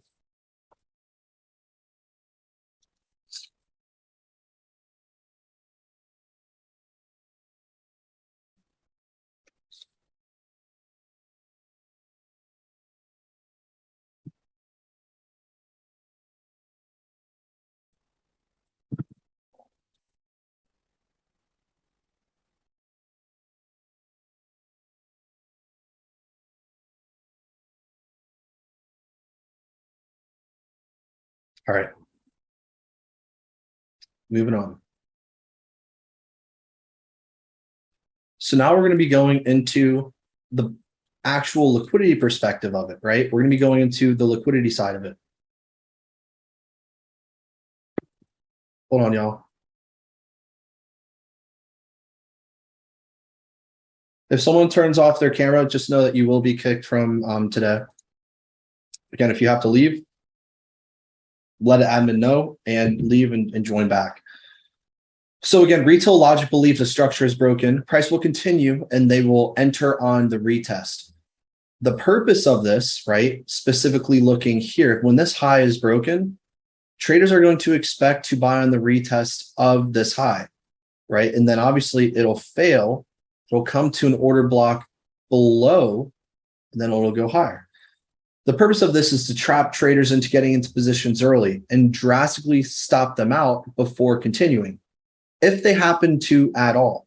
In that last slide, we talked about with break and retest, right? Typically, this will happen, right? It'll fail on the retest to then go higher. But equally probable is price can just give a little reaction and then just completely fail, right? Because they're looking to buy on this retest.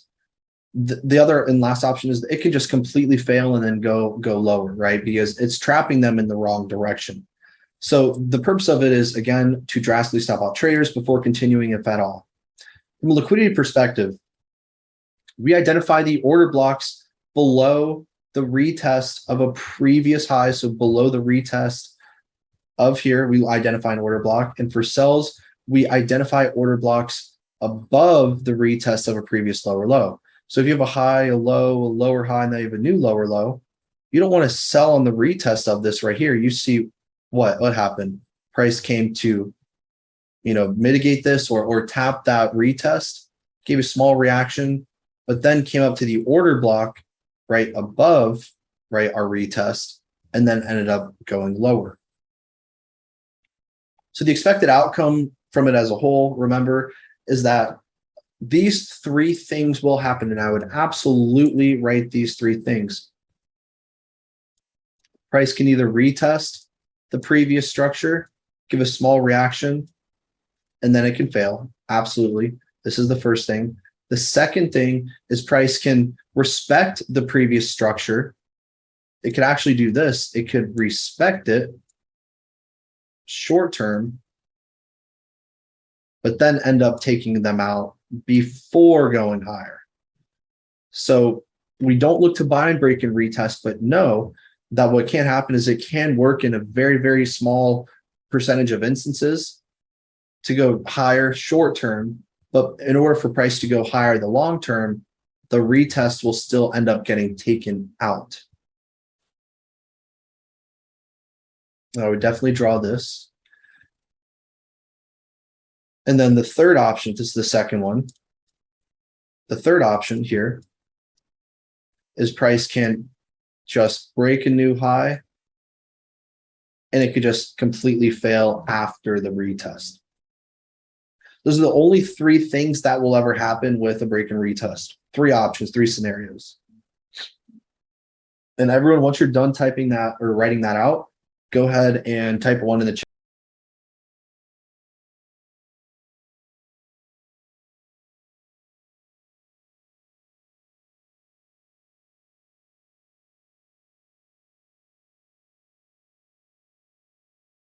So I know when to move on.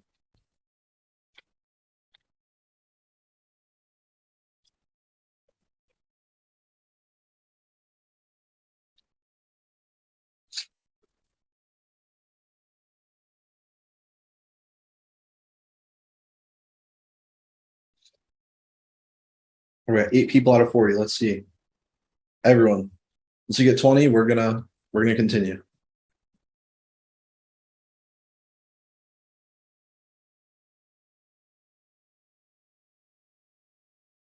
All right, on to the next.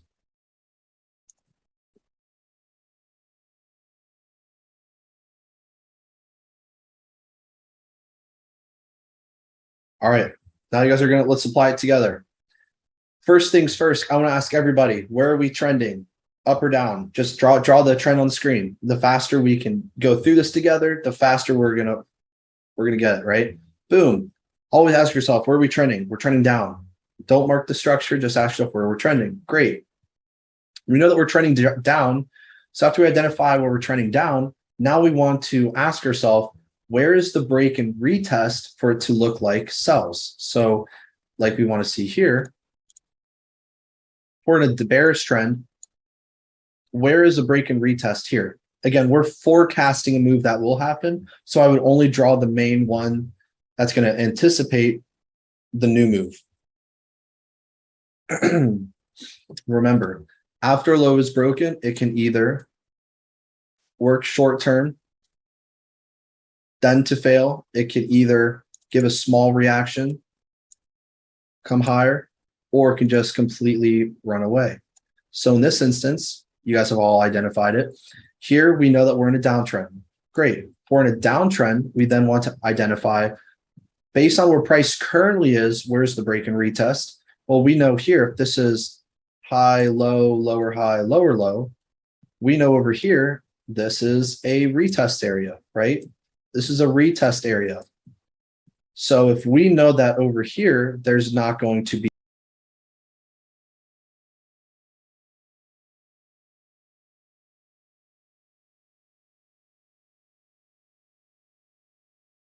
over here, there's not going to be, when price comes back up to here, this isn't going to be a valid area to sell. Where then is the order block line above that we do want to take a sell at?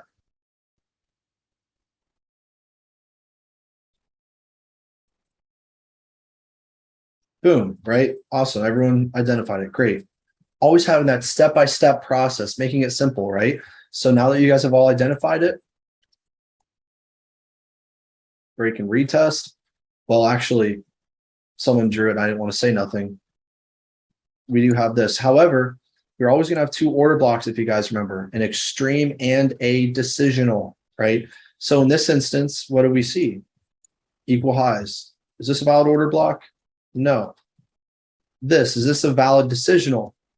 This is a valid decisional, but it's also lying at equal high liquidity.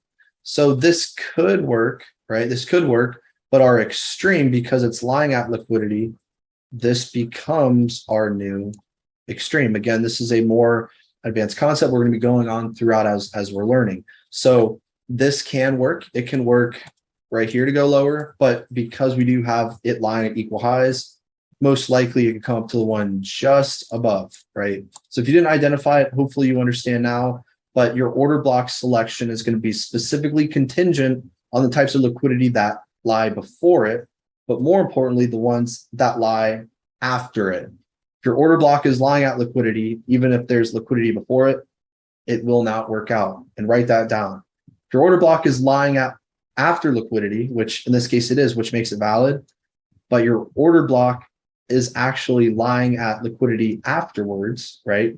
After it, it's not valid. So here then, we know what price is going to do. And as you guys saw, we did get a small reaction. Our order block, we got a small reaction, but it wasn't where the main move was. So because it was an order block, it'll give a pullback. But because we still had the order block was lying at liquidity, it didn't give us that full move. But after it took out that liquidity, right, all these relative equal highs over here, more importantly, combining another type of liquidity, think about it. Key zone, right? Key zone. It's difficult because you got to be mindful of all of these types of liquidity. That's why it's really not that valid. So type 1 if you understand it, and we're going to go to the next example.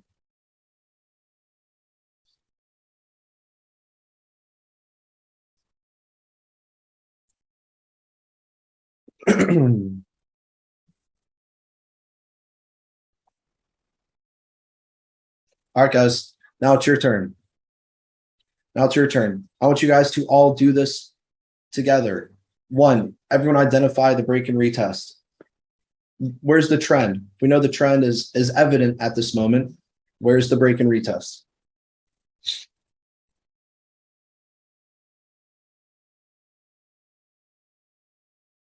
Boom. We know the trend. We know the break and retest. Awesome. After we know what the break and retest is, which is right here, we know this is the break and retest. Where's our correct order block or blocks? Decisional and extreme.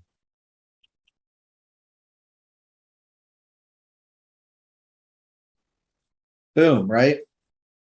So let's see which one it's going to be. That's it, guys. There's your decisional, there's your extreme. Awesome. And there you go. There you have it, right? Oop, here's our break and retest. Don't identify any order blocks over here. Where's the one lying above? Here is our order block. And not getting into it now, but there's a reason this is valid, even though I knew one of you guys was going to identify it's lying at liquidity.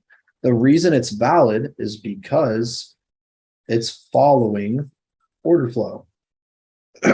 Its order block was mitigated, price went lower, came to mitigate that previous order block, then it dropped. So this is our valid decisional in this instance, because we're already in a huge downtrend, right? So that's our valid order block. Right, so some key points to remember about break and retest. Some break and retest areas can work, as I've identified in A. Sometimes they can work, but only for the short term to grab enough liquidity to go higher or lower. So if you do see a break and retest work and you do have an order block here, and it does end up working, just know the reason that could happen is for price to then build more money below, because now it's a key zone, right? Isn't this a key zone now? But break and retest does work. It's building key zone liquidity, which in that case, we look to buy below, right? So then price will take out the key zone liquidity. In that instance, we then look for an order block below it, and then with the expectation of it going higher. Break and retest will fail after a slight reaction from the retest to accumulate more positions to then continue. So what happens is we could have a reaction. We could fail after the small reaction and then come to our area to then go higher. It's a second option. The third is our option C, which is after you have price take out and make a new low and you see your break and retest here, well, price could also just go all the way higher. So 3 things to always be mindful and aware of, and you're proposed these different scenarios because you will know later on which one will happen. You're not going to know which one's going to happen now because that's a lot more. But all right, everyone should have these written down. Again, I'm going to give you guys 10 seconds, and then we're going to keep going right through it.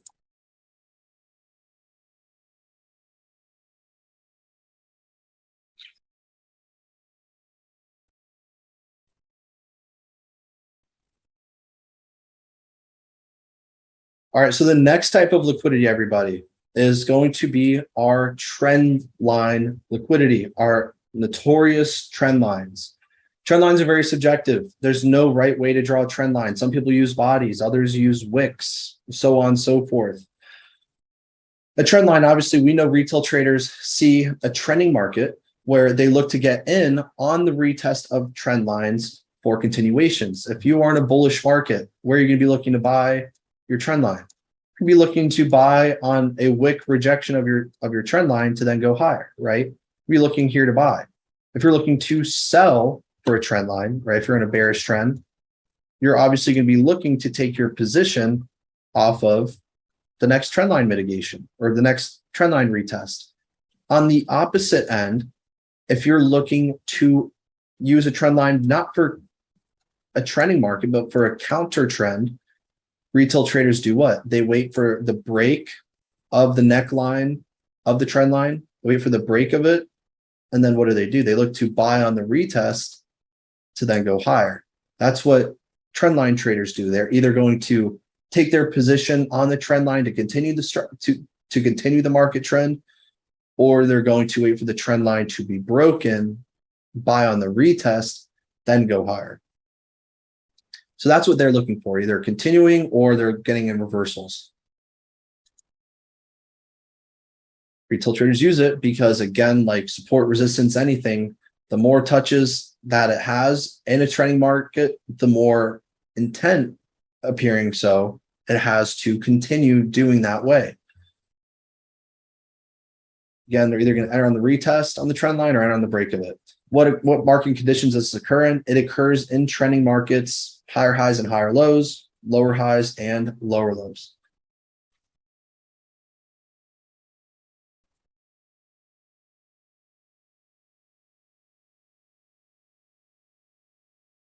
Again, you're learning all of these, not because you're always going to be consciously aware of them. You should always be aware of them. But what you're going to be learning is where one thing tells you where everything loses.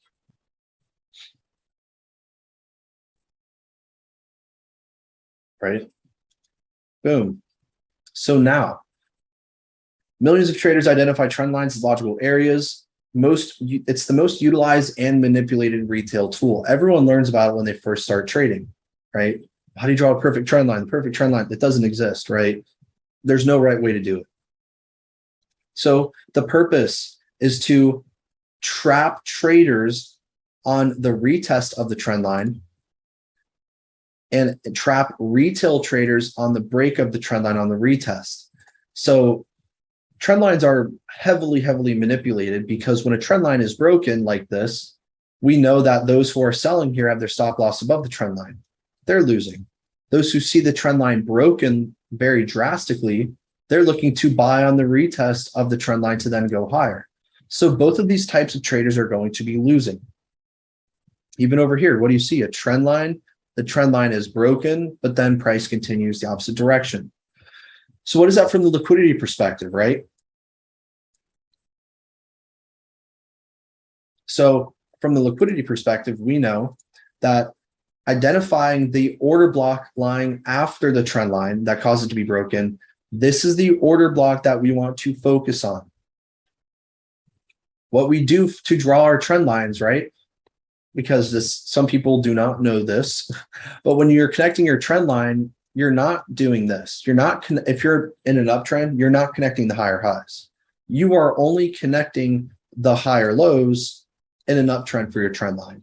If you're selling, right? If you're selling, you're not marking this. You're marking the lower highs that are making your lower lows. So what do? Right? We know that trend lines have to be broken, and there's specific reasons trend lines see this, or trend line traders see it doesn't work. What happens is when you see a trend line, we need to expect two different setups to happen for a trend line, two different setups. We need to expect one, that the trend line is going to be broken and then it's going to go higher. So we want to identify the order block that resides below the trend line, right? So we need to identify the order block below a trend line to go higher. And if we're looking for sells, we want to identify the order block right after the trend line to then go lower. So these two setups are trend line one. These are the trend line one setups. So draw both of those, and there's another type of trend line setup we look for.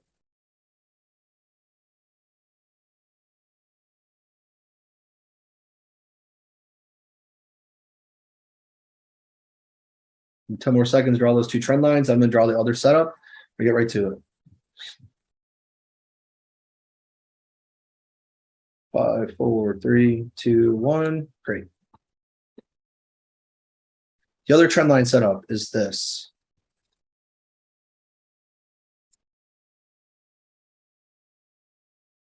Instead of just coming slightly past the trend line, what can happen is price will come to 1, 2. It'll take out two previous highs to then come to the first instance that actually started that trend line.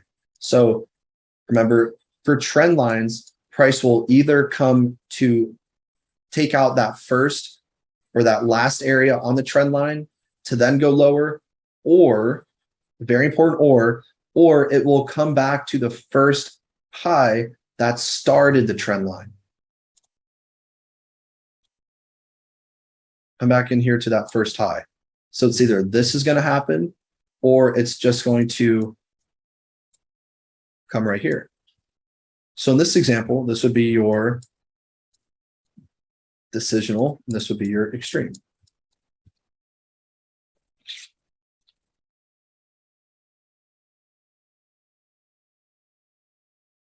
So in both of these examples, you can see this first one, trend line was broken to come back to our first high.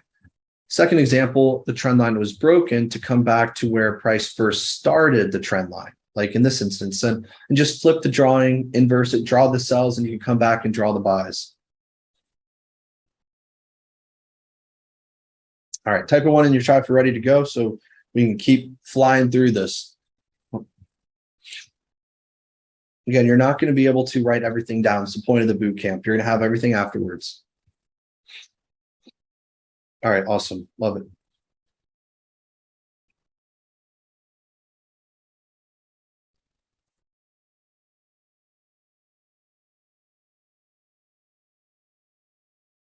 Boom, right?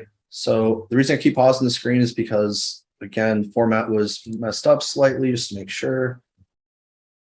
Cool. All right. So let's say that this is where we are right now. In this instance, let's identify the most recent trend. Where are we going? Are we going up or are we going down? Which one does it look like? What's the trend?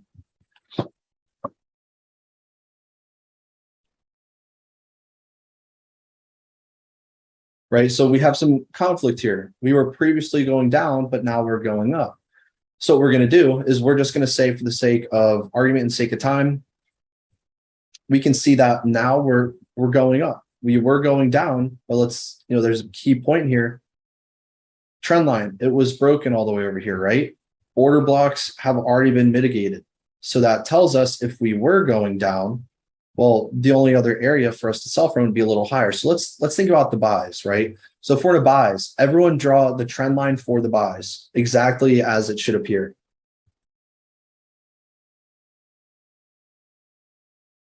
So with that being said, if that is the trend line, as you guys have now all identified, shiitake mushrooms. If that's the trend line right here, where is the order block? Where is the order block if this is the trend line? Remember the setups we talked about, right? Remember the setups. Remember, if there's no imbalance, there's no order block too. Here guys' drawings, right? So if we're thinking about it in terms of pushes, right? We have one low, pull back, two lows, pull back, 3, 4. This is where price currently is.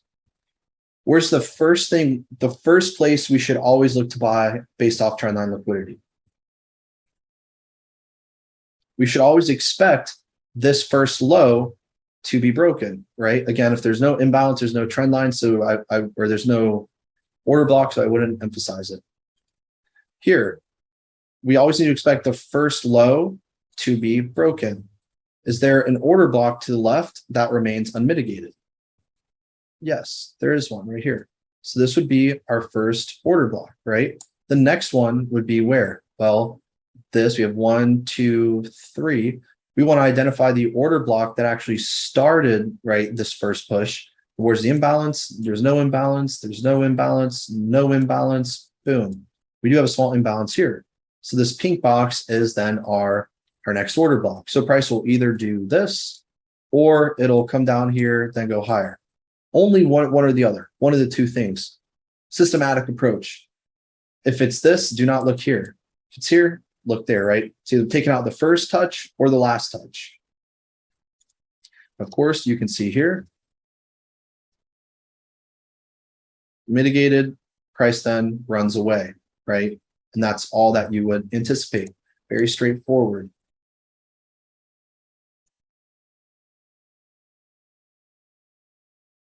Let me anticipate this, just trying to get all this ready.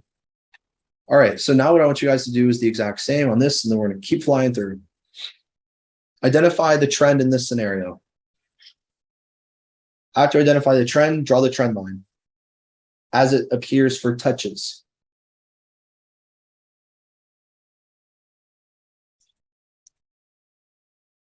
Boom, boom, boom, right? We have several different trend lines in this case.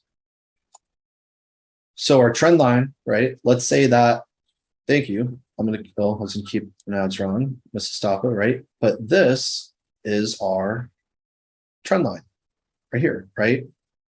Price already broke the trend line, but there's still an anticipated move that we're looking for. So based off of those trend line setups we talked about, where are we going to be looking to sell? Where's our order block? Because if you see, there's a lot of different ones. You're going to have to use the process of elimination and in conjunction with the specific setups we look for.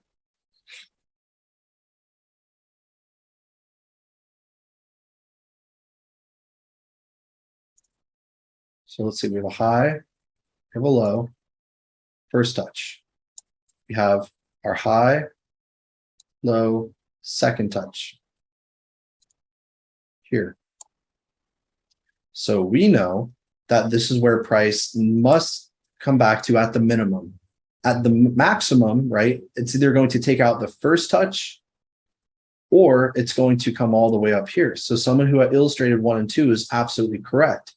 Nothing in here is valid, right? Nothing in there is going to be valid. So we need to look for the order blocks. Nothing above here. This is all equal high, break and retest liquidity, correct? Correct. So now where are the order blocks? Where's the first order block that's above here, right? Well, we have a couple different ones. Do we choose this one? Do we choose this one? Do we choose this one? In this case, they tying in more types of liquidity, right? We can be able to think about it. But we know we're going to have some form of order block in here. We're going to have something over here. So let's see what price does.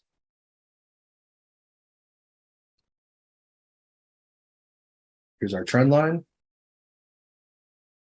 The first order block right here after the trend line is taken out. Always the first one, right? And price after the fact will do exactly as we anticipate. Come up, take out all of these equal highs right over here. Take out all of these equal highs that are now formed into the immediate order block above, and then taking out the gas, looking to sell, taking out gas above our equal highs, our trend line, finding multiple types of liquidity, and then collecting the gas to then go to our destination as we already have so many equal lows. Very straightforward, but again, when you identify all these order blocks, it can get confusing. You should only ever have 2 order blocks at the absolute maximum. If you're saying order block, order block, order block, order block, order block, that's not SMC, that's gambling. That's not a logical approach. Or that's, I mean, yeah, that is SMC when you're doing so many order blocks, right? But this is how you need to start approaching it. Great. So now the last type of, or one of the last types of retail liquidity for today is going to be breakout traders, buy stops and sell stops. Why do traders use the breakouts? Breakouts, what is this, right? So those traders who are anticipating a high or a low to be broken, these are where sell stops and buy stops come into play. So if you are in a downtrend, right, if you're in a previous downtrend, you're going to be placing a sell stop below a low, right? So your low is where sell stop is going to be placed, because those who don't have the patience or those who don't know how to enter, they believe that when a low is broken, price is just going to do what? It's just going to keep continuing to go lower, lower, and lower. So their stop order is just a pending order that gets activated once price breaks a low, a sell stop. After this is stopped, it's the sell is then activated. So they're expecting this to happen. But in reality, they're getting in by the time it's way too late. Right? Same thing for buys. If you're in a bullish market, where do buy stops occur? Those who expect new higher highs to be made, they don't want to wait. They're just going to place their buy stops right here. And they're going to expect price to continue. we know now why it makes sense for this to be a retail strategy. So they just want to catch positions after, a high is broken, after a low is broken, so they can be in the trend, right? This occurs in all types of markets, but specifically those who are in trending markets. Again, they're looking at a base level just for new lower lows, new higher highs. That's all that they're looking for, right? So go ahead, draw out these two quick examples, and then type a 1 when you're done with that.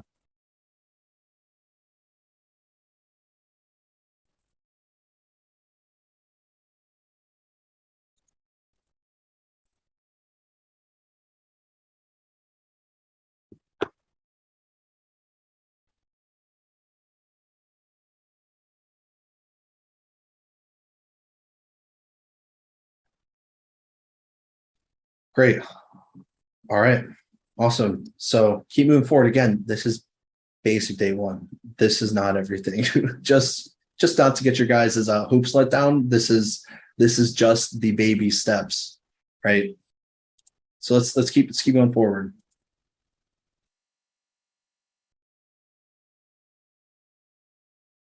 So breakout traders, millions of retail traders want to catch the move after it happened, and they're induced into seeing something on the wrong side of the market, right? So as we just talked about, you have buy stops and sell stops above and below every structural point.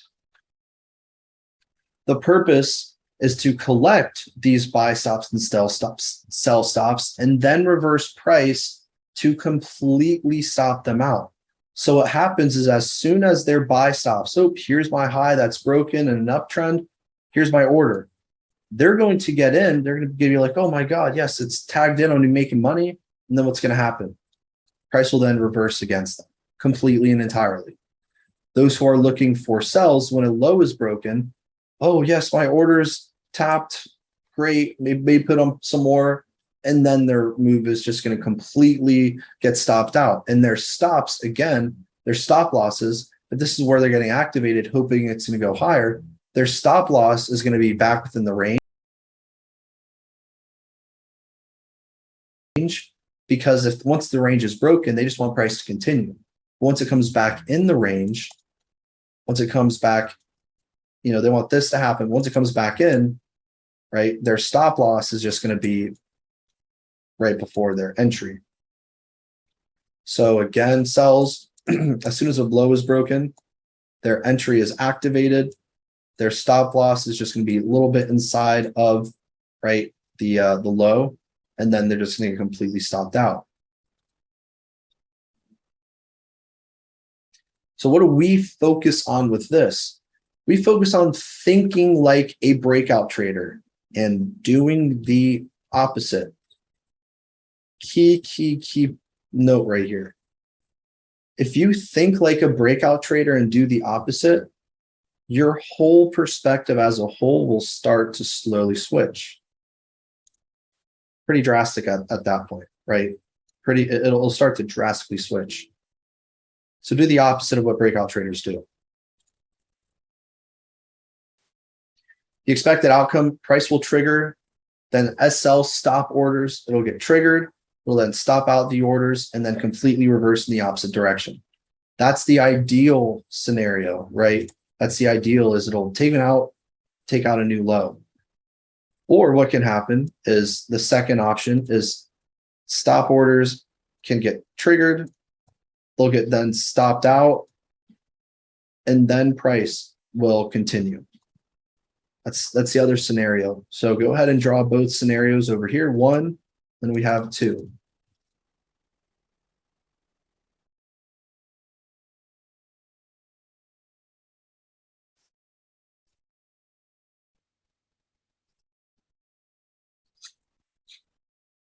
Give you guys another 10, 15 seconds and we will carry on. Almost out of break. We're going to couple more slides. 15-minute break.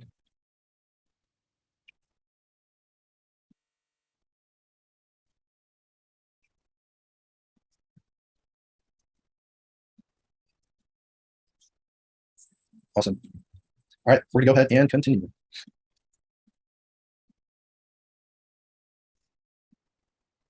So at this moment in time, identify where breakout liquidity is lying. Where are buy stops and where are sell stops? Go ahead and identify them.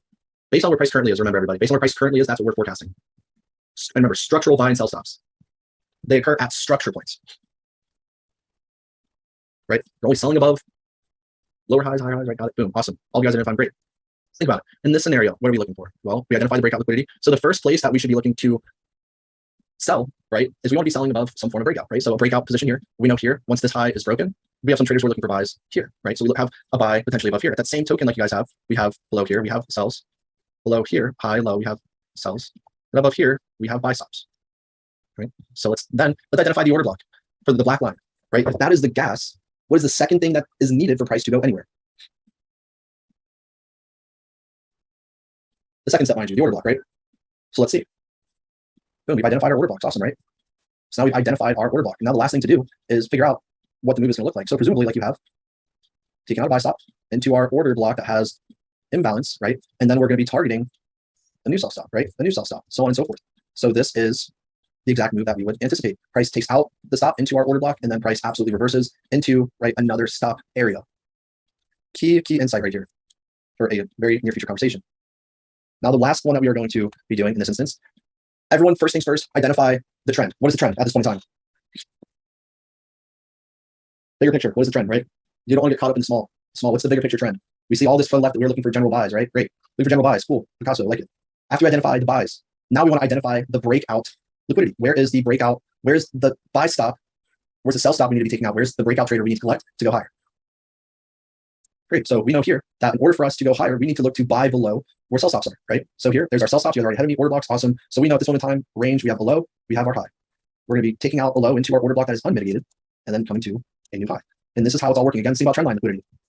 Further supports our confirmation, right? Further supports our buys. This order block over here has, again, not been mitigated, and then we're going to be continuing higher. There's so many factors as to why this is a very high probability trade, besides just what we're looking at. Again, later time and date for that. And that's just how it's going to end up working out, right? So on and so forth. Awesome, everybody. So now what we have is we have a 15-minute break. So 15 minutes. Let's be back here at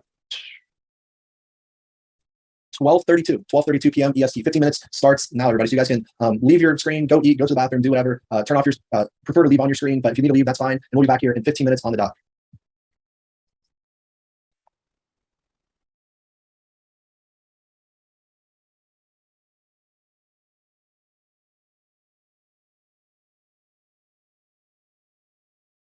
All right, so we have removing people. If you're removing people, that's okay. We'll just go and get started. Send me a message when you're ready. So now that we just had our break, everyone, some of these things you guys might have already been aware of. Some things might be completely brand new, but I am here to say that this doesn't even scrape the surface of what is coming. We do not trade specifically this way. And I know that there's current members in here who definitely have forgotten or maybe not even used what we just went through because we focus on so many other things, not about this. This is not algo trading. Again, this is an algo boot camp, but algo trading starts tomorrow and then is on day 4. But we need to take the necessary steps to understand what algo trading actually is. And it's not equal highs, equal lows. It's not these different types of liquidity, but you need to understand the most important factors about what we just went through, liquidity, the basic strategies that fail, but more importantly are the purposes, why they do. And you're going to learn how we can use that to our own advantage exponentially more than just identifying the order block just under it. It's a whole process, understanding every move everywhere and the purpose of everything, purpose and intent. So now is going to be the very exciting block that's going to change a lot of your guys' perspective, as we somewhat previously just had at, is going to be about the revelation of inducements.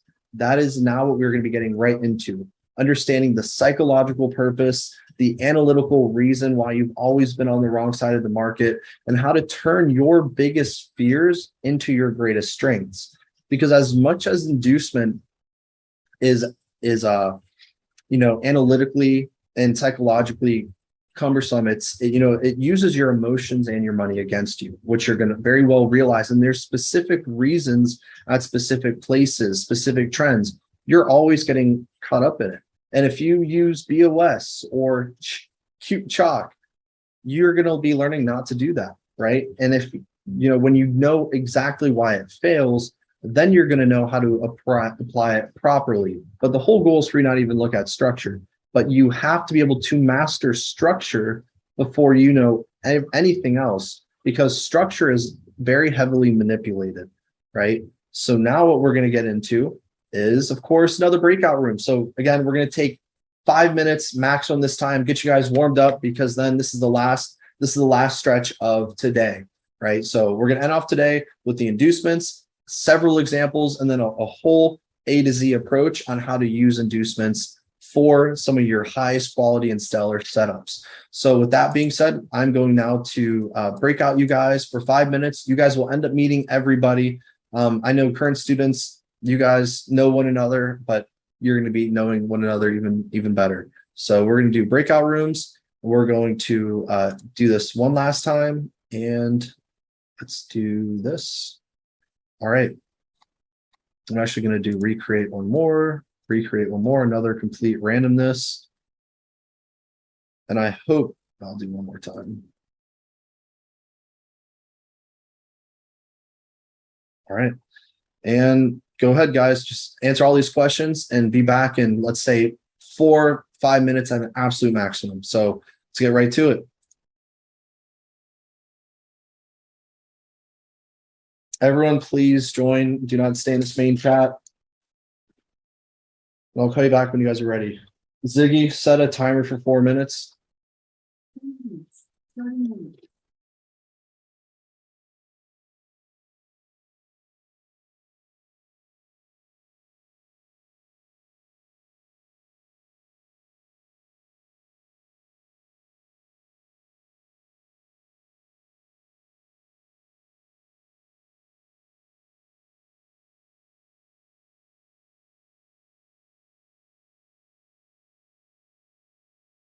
We're all ready. I think we are all ready to continue. All right, let's see. All right, perfect. Admins, please. Beautiful. Awesome, Angela. Cat detection, that's funny. Awesome, guys. Well, I hope these breakout sessions are better. I figured it'd be much more efficient to meet one another quick, because we previously would have all members introduce themselves to the community, but I know that takes some time. So hopefully that's a little bit better of an experience. That'll allow us to go through a lot quicker. Awesome. Love that. All right, perfect, guys. Let's get right into it. To head to second and the last blocks for today. So block 2, the revelations of inducement. In this section, you guys can expect to learn structure is not king.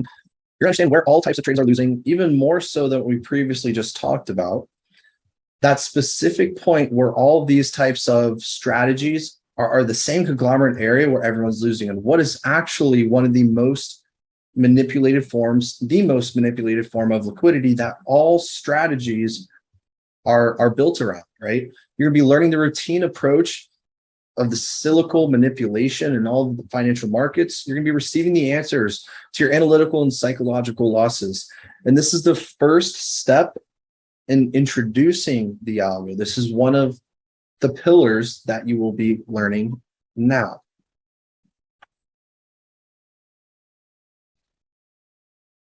Time for the truth, everybody.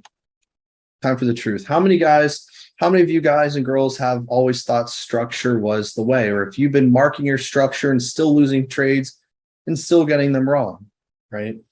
Well, it's time for you to learn why now. When you learn the why, you will start to understand seemingly everything over time. They need you to lose. They need you to lose. We, me, you, all of us, we do not control the market, but we are participants in a much larger plan. And it's like chess. Those who are actually controlling the chessboard are, the composite operator. It is going to be those who are the market makers per se. And all we're just little pawns to their scheme of the market.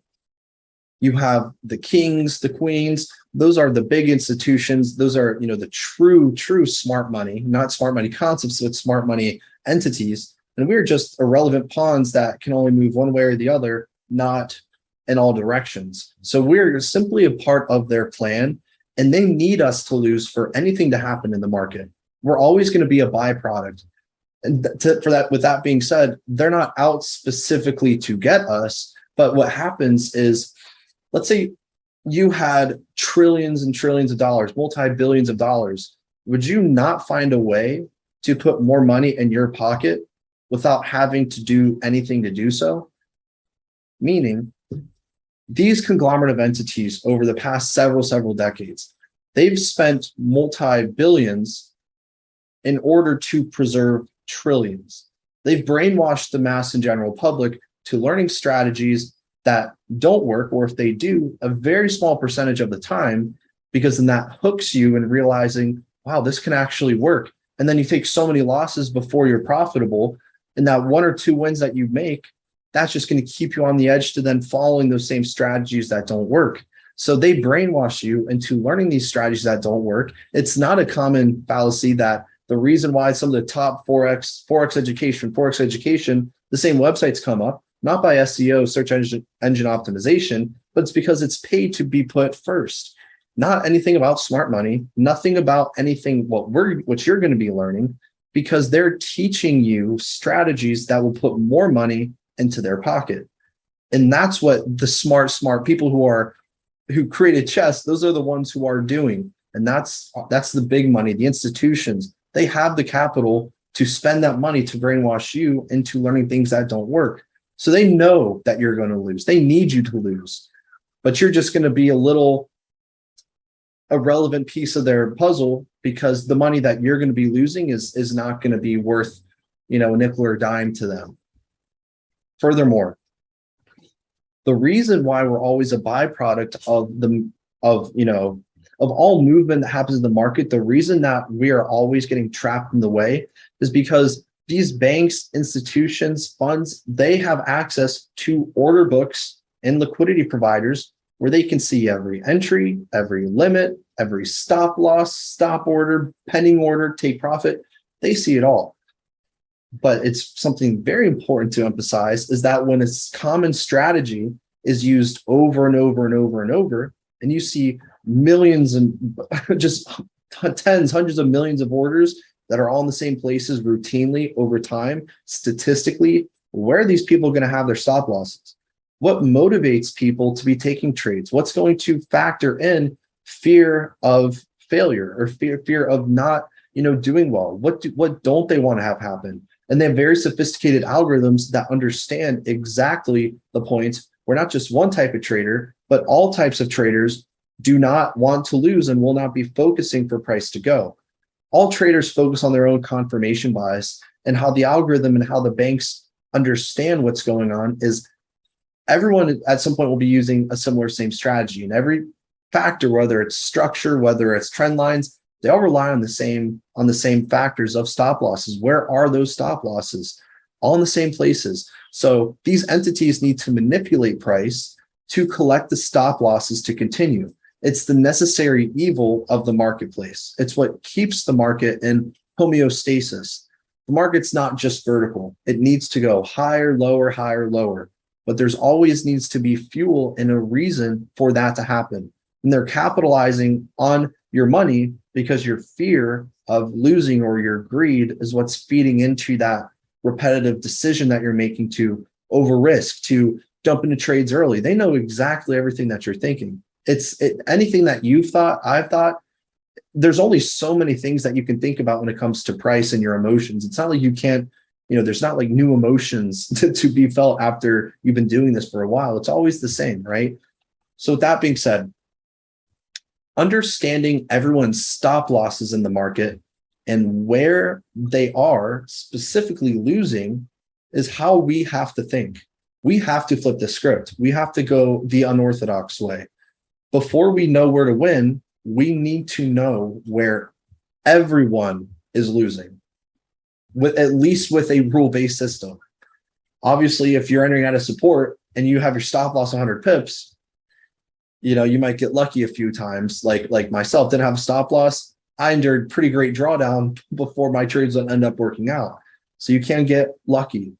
But studying where stop losses are tells you where all the individual gas stations are of how price is going to get there. And if you remember from earlier today, I emphasized liquidity tells you three things. Liquidity tells you three things.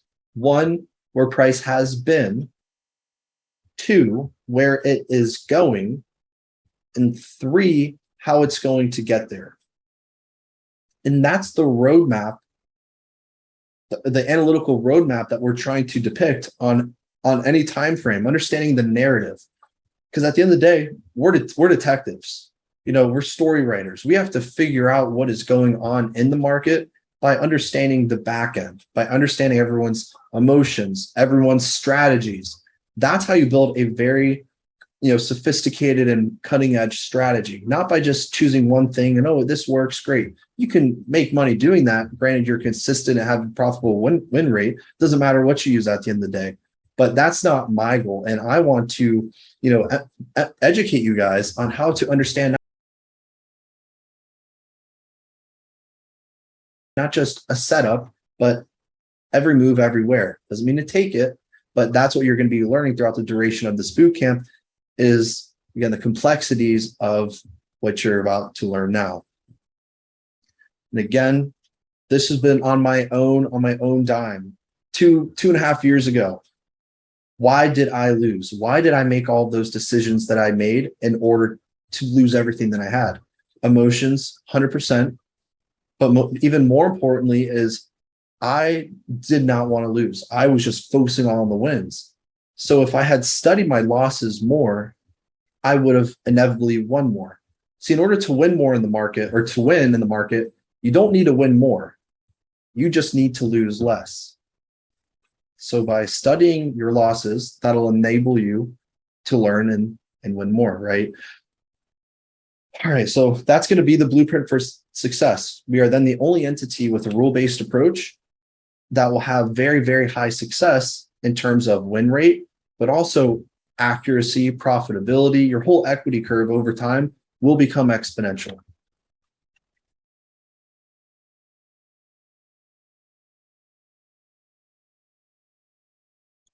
All right. They know you will lose.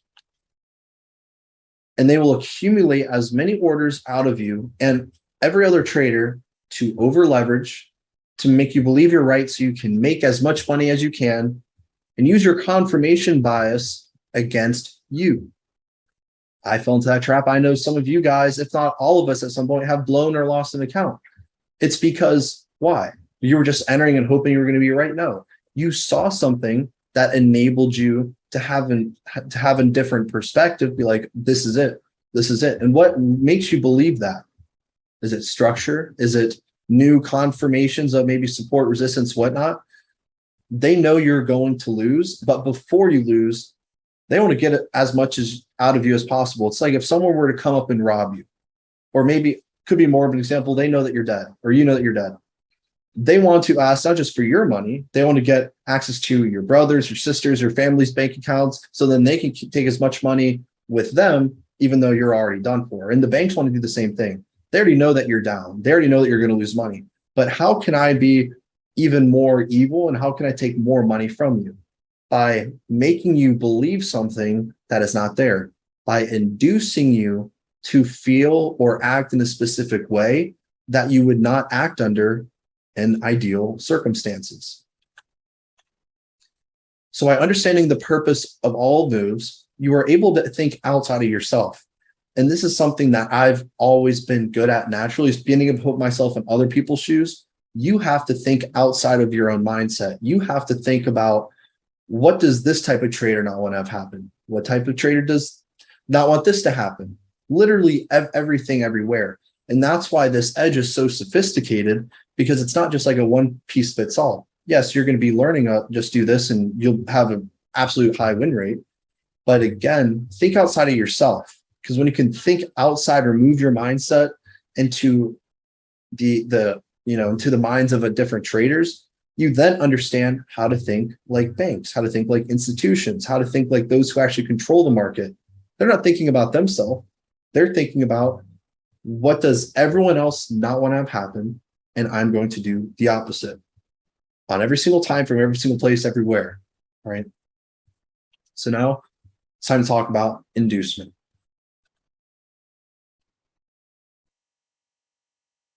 Relations of inducement, mastering in different inducement types and purposes.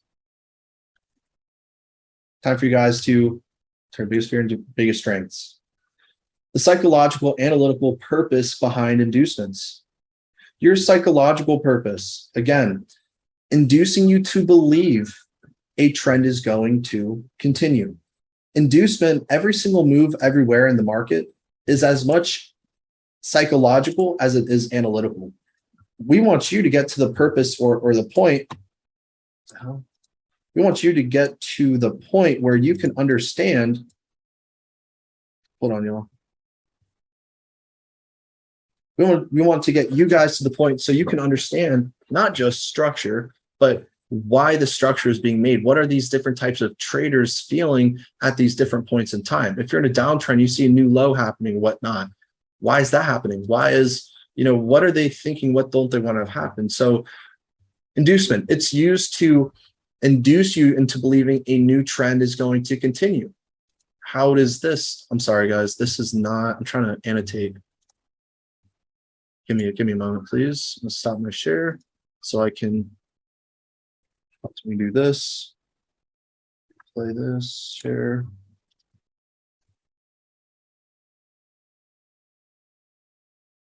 All right, let's see if this works.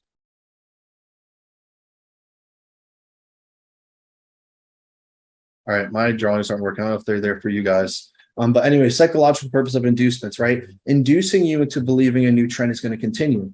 Inducing you to believe a trend will continue. All traders are losing, and we are the only trader who will profit on a rule-based approach when it comes to specific inducements, specific places. So the analytical purpose, right? Any emotion that you feel, fear, FOMO, you want to enter trades too early because you don't have the trust, hoping that something is going to work out. Greed, oh, I know it's going to keep going. I got to enter as many times as I can until I can't enter anymore, and then you lose everything. Or, fear of, being wrong, fear of getting in, getting out. How are you going to do that? The analytical, every move has an analytical purpose because of the factor of psychology that causes us to have those analytical errors. So the analytical purpose is presenting all the variables to use your money and your emotions against you. Again, you can only conduct an analysis incorrectly if the underlying factor is your psychology that's causing you to do that, right? If you knew the reason for everything, you wouldn't let your psychology get in the way of it. But when you don't, that's where your psychology takes over, and you can't think with a clear mind. You can't think for what things really are, and you're using your emotions to then have a bad analysis. So when you are entering trades early, man, I know this could happen, but I really just want to see, but you have a fear of missing out. You're not trusting yourself or your rule-based approach. That's FOMO. When you're holding trades longer than you should, if you think about it, what's gonna allow you to think that something's going to continue, and you're just going to get greedy because of it? Maybe structure is continuing. Maybe you see more confirmations. You see price accumulating to go higher. Like, oh, it's about to expand. Enter. It's greed. Believe there is a reversal or a new trend. Obviously, something has to happen before for you to then think that a new trend is going to happen. That's fear of reversal, right? Fear of missing out as well. Providing confirmation bias, causing you to over leverage and blow accounts. Hope is one of the biggest reasons why traders fail. How many times have you had your stop loss and you kept moving it down? Oh, just 5 more pips, down 10 pips. I know it needs to go down maybe 30, 40, 50. I know at some point, majority of us have done that. Again, that's all you, that's literally how I did this 3.5, 4 years ago. I mean, that's all that I, would work and do. Just, oh, one more. That's where you dig yourself a hole you cannot get out of. Because once your account's relatively big, or even if it's medium sized, it's so much easier just to chop away at your account because now you have a big axe just chopping away, versus if you have a small account and you're trying to grow it, it's going to take, relatively speaking, a lot longer. It's much easier to destroy things than pick it back and put it all together. And that's exactly what inducement will make you do. So every move in the market is pre-planned with surgical precision. There is literally no such thing as randomness, and the markets are just as psychological as analytical. We've all heard, or you should have at least heard at some point in time, trading is 80% psychological, 20% analytical, 100% right, maybe even less. It could be 10% analysis, because what makes you a good trader has nothing to do with your analysis, virtually nothing. So if you experience, well, I know this, but I'm still not making money, it's your psychology. That's not making you a good trader. That's the difference between an analyst and a trader, is actually being able to trust your gut, trust how all these moves will happen on a daily, weekly, monthly basis, and do the same thing over and over. So we have to work on your psychology, but this one tip analytically will start to drastically improve your psychology, because you know the why, you know the purpose. It's not like there's an unknown, and you know how to start using your emotions to your advantage. And just like the markets, just like the institutions, right? Understanding where everyone's emotions are, every different type of traders, FOMOs, greeds, fears, and hopes are, we then know how to capitalize on that, like the banks. What's going to enable us? We need to develop a mindset that's going to enable us to be greedy when others are fearful, and fearful when others are greedy. Do the opposite of what everyone else is doing, and you will be okay. That's it, right? Just focus on what everyone is doing wrong, so you know what to do right. Hold on, guys.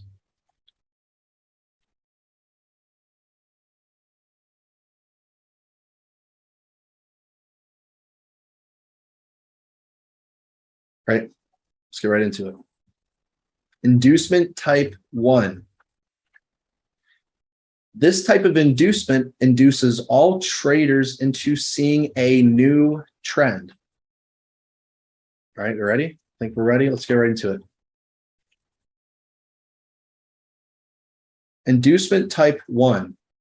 Go ahead and draw this out exactly in 5 seconds, 10 seconds. I'm going to start explaining it.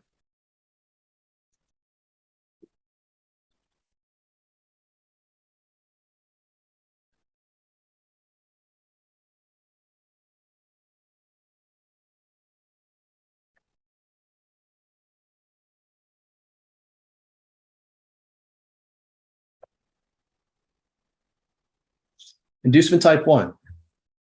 This is inducing traders into seeing a new trend. So if you've seen your BOS, right? When you see a BOS, we need to understand, in an uptrend, where's everyone's stop loss is going to be below?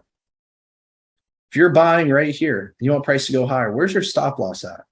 Your stop loss is going to be below a higher low. Your stop loss is going to be below a higher low. Damn it, I don't know why I can't draw.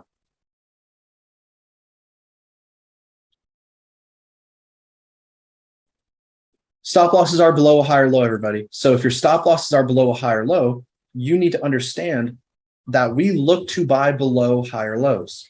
If this is your structure, oh, high, higher low, higher high, do not be looking right there. You want to be looking below. So we look to buy below higher lows. Why? From the eyes of retail traders, when they see a low broken, oh, that's a BOS, right? Newsflash, it's not a BOS. A BOS is what's inducing you to see a reversal. So this is called a reversal trade for retail or SMC traders. Buy below a higher low, or sell, you see a BOS, then you're going to sell at a lower high. This is not a reversal. This is what we call a continuation inducement. It's an inducement to induce people to see a reversal trade, but we are looking at it for a continuation. So when you're in an uptrend, you identify the higher low, and we look to simply buy below the higher low with the order block to the immediate left below that. So specifically in this case, market makers inject early fear of reversal into those holding buys. So if you're in buys all the way down here and you see a BOS, you're like, shit, the market's going to reverse. Oh my God, I can't do this. That's what These buyers are being induced into feeling fear of reversal. For those who are looking for sells, this reaction gives hope to those of catching a new trend. Sells. Oh, here's a BOS. Here's my order block. Boom. So guess what ends up happening? Both of these types of traders are going to be wrong. You see here, oh, here's my demand. It's going to get stopped out. You think, oh, I'm thinking about a supply now. I'm looking for my supply because I have my BOS right here.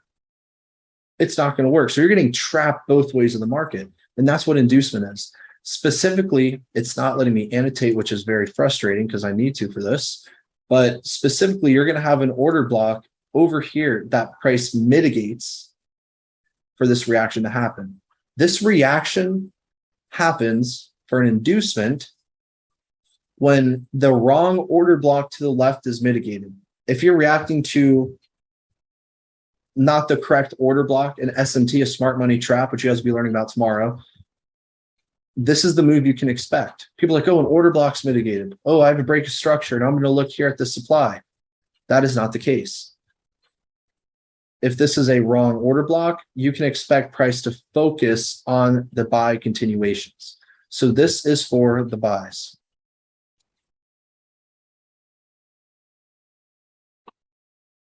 Can I draw this? Now let's look at the sells, everybody.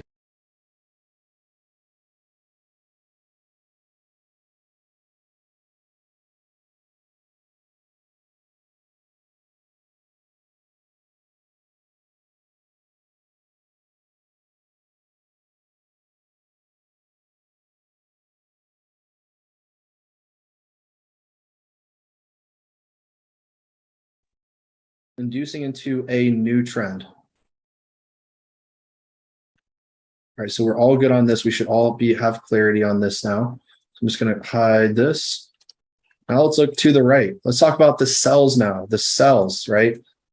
The sells are what's the same thing as the buys, right? Sells are going to be the same as the buys, but in a downtrend. So when you're in a downtrend, right, you have a lower high, lower low, lower high, lower low.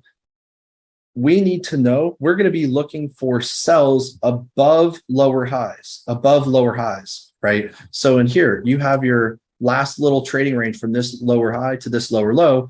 We know that every SMC trader is going to be looking, oh, here's my order block. Here's my supply order block right here. That's following structure, low, lower high, expecting lower low.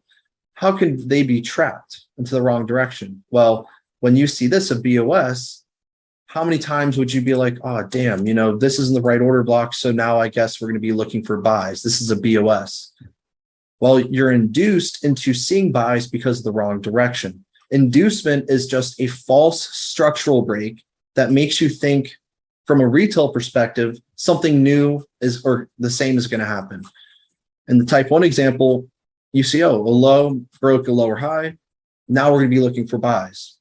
Again, that is not the instance. When this low over here, when it mitigates an order block that is not relevant, and you see something like this happen, think, I know because this order block is not going to cause absolute new highs. It's just going to cause an internal inducement to then cause price to go lower. Again, it's a confusing concept. You're not going to get it right out of the bat, but over time, the practice, you're going to pick up on it lickety split, right?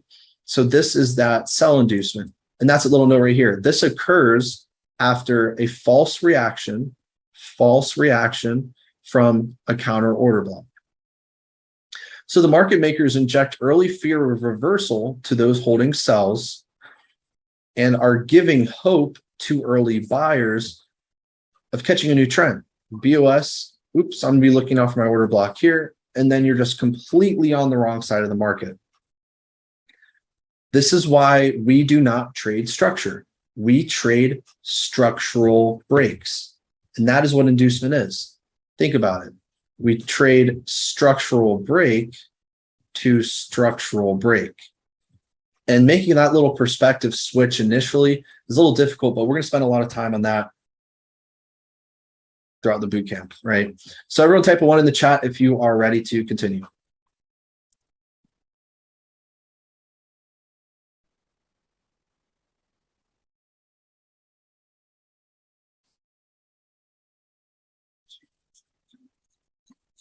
Perfect. All right, let's go to the next.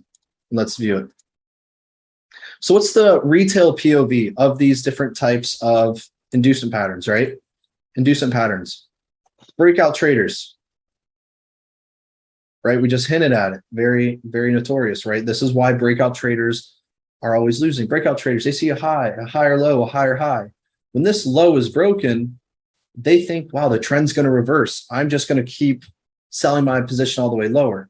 So they have their sell stops below low and anticipating new lower lows. So when they're getting triggered in at this point, they're hopeful. Yes, hell yeah, like this is going to keep continuing. This is end all be all, right? But then what happens? We know they're going to be triggered, and then what's going to happen based off that inducement type? Boom. They're going to lose their position after barely getting tagged in. So breakout traders, they're losing right here. Let's go to the next type of liquidity, right? You have your support and resistance. Beautiful, right? You have your support and resistance. Why are support and resistance traders losing? Equal highs, equal lows. Well, we already know. Well, this has maybe one touch. This is my, support. Oop, I have my support here to go higher. We know this does not happen because where are their stop losses? Their stop losses are below the lows. So we need to collect their stops in order to go higher. Collecting the gas to go anywhere, right? That's always needed. That's why support resistance does not work, as we should all know by now. Let's view now over here. Break and retest, break and retest. Why does break and retest not work? Or when it does, you'll know a specific case, right? They expect, oh, we have, bullish structure. Low is broken. Beautiful. After low is broken, I'm going to expect to retest this area, right? Sell on the retest, and then they want to go lower. When in fact, we know that's not the case. We know a couple instances, right, can happen, but for the sake of argument, price can just completely take them out, which was that third type of reaction from a break and retest. But wait, there's more, right? There's more traders who are getting stopped out. SMC. What does SMC see? Oh my God, I have a break of structure. I'm now going to anticipate price to come all the way up here to our order block, and then price is going to reverse. Well, you're induced into seeing the wrong direction. All these traders are getting the direction either completely wrong or they're initially right, but they get stopped out before the trade actually goes in their anticipated direction. So that's why all these traders are going to end up losing based just off this one type of inducement, right? And again, these are SMC traders. They see a BOS and assume there is a reversal, when in reality, it is just money being collected to push price higher. Years ago, 2.5 years ago, 3 years ago, when I really started getting into SMC, BOS was only an intent for price to reverse. It does not have to. So we need to always think about buying below or selling above structural points. Why did I mark out structure? Because structure is the most manipulated form of liquidity. All of these retail strategies that we're going through right now, notice they always require structure for their strategy. Doesn't matter if you're breakout, structure. If you're SNR, requires structure to tell you where price is going. Structure. Structure is not king. Structure is going to cause many people to lose all over the place. Sure, it can help you be on a grand scheme, right, the right direction of the trend, but you're going to get trapped in so many different little areas all along the way. So inducement is the key that tells us where multiple different types of trading strategies and traders are losing, ensuring with a specific edge, we're the only trader that's going to be profitable in this scenario.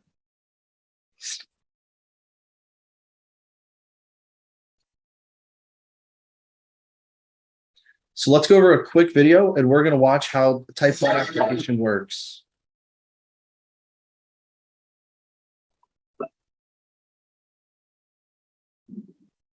Are about inducement type 1. So as mentioned, we look to sell above lower highs and buy below higher lows. And this is what we refer to as our false break of structure, meaning, we don't look at structure, we look at inducement, and all inducement is structure and all structure is inducement, meaning we don't actually trade structure as liquidity traders. We trade structural breaks. We trade when everyone has their stop loss. And where does everyone have their stop loss? Well, at structure, right? Because they believe that's where structure, structure breaks, it's completely invalid. Well, that's just a necessary evil that has to happen in order for price to go where it needs to go. So now with that being said, let's apply what we've learned so far. So when we're thinking about the inducement type 1, specifically as it pertains to a buy example, we know that we look to buy below the higher lows. So generally, it should be looking something like this in a diagram sense. We're going to be faced with some form of low, high, higher low, higher high, some form of uptrend. And then we're going to look for price to aggressively take out this higher low in order to go higher. So just at initial glance, initial application, what do we see kind of going on over here to the right? Well, what I'm seeing in my mind, and again, the only reason I would be marking structures to show you and help make sense of the inducement, but we clearly see that we have some form of low that was aggressively taken, right? So that we had a low, we had a lower high, now we have a lower low. Well, now this low, right, this previous lower low has now made a new high. So this now is showing us some form of, again, bullish structure. We do not trade structure, but to get you a conceptual understanding, this is how we should be thinking about it. So now let's go ahead and let's keep going. Now we have a new high, right? Now we have a new low. Now we have a higher high. Now we have a higher low. Now we have a higher high. And we don't have this isn't a higher low because it has not yet made a higher high. So right now, what we're looking. Based on this, everybody, can anyone tell me, based per our type 1 inducement, where our inducement is?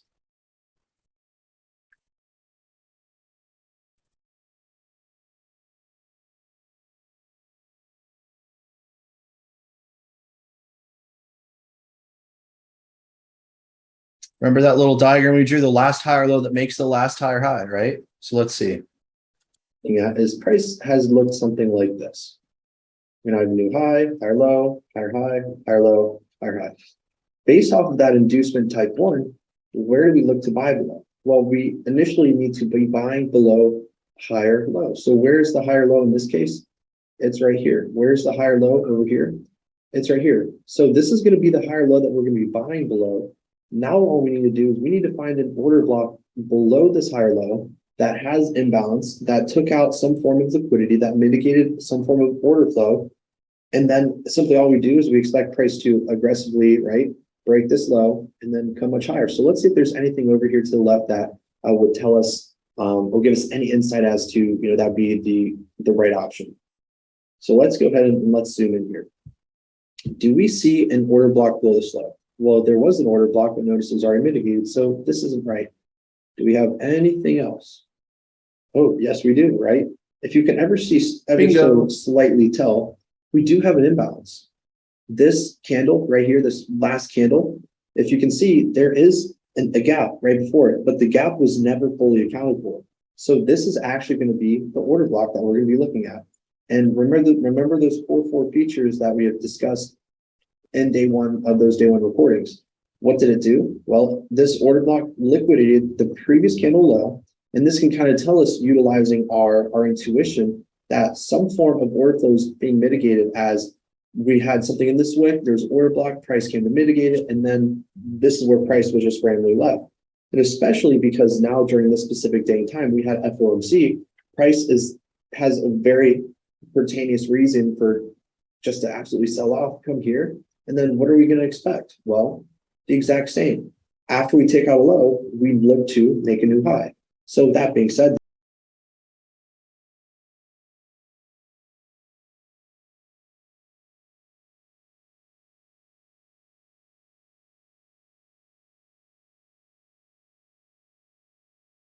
we look to make a new high. So that being said, this is going to become our first initial target, and our risk reward on this trade would look something like this. Let's see. The stop loss, of course, is going to be immaculate. It's going to be 1.3 pips, and our first take profit at the least is going to be right a 1 to 23, which is great. But again, we are going to be looking to target much higher.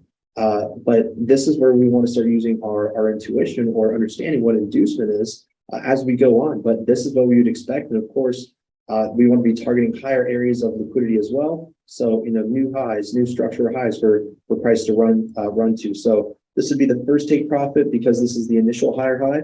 And then our second take profit would actually be this high over here because we always target new highs. So this now becomes a 1 to 53, and let's see what price did. All right, so price has now effectively entered our position.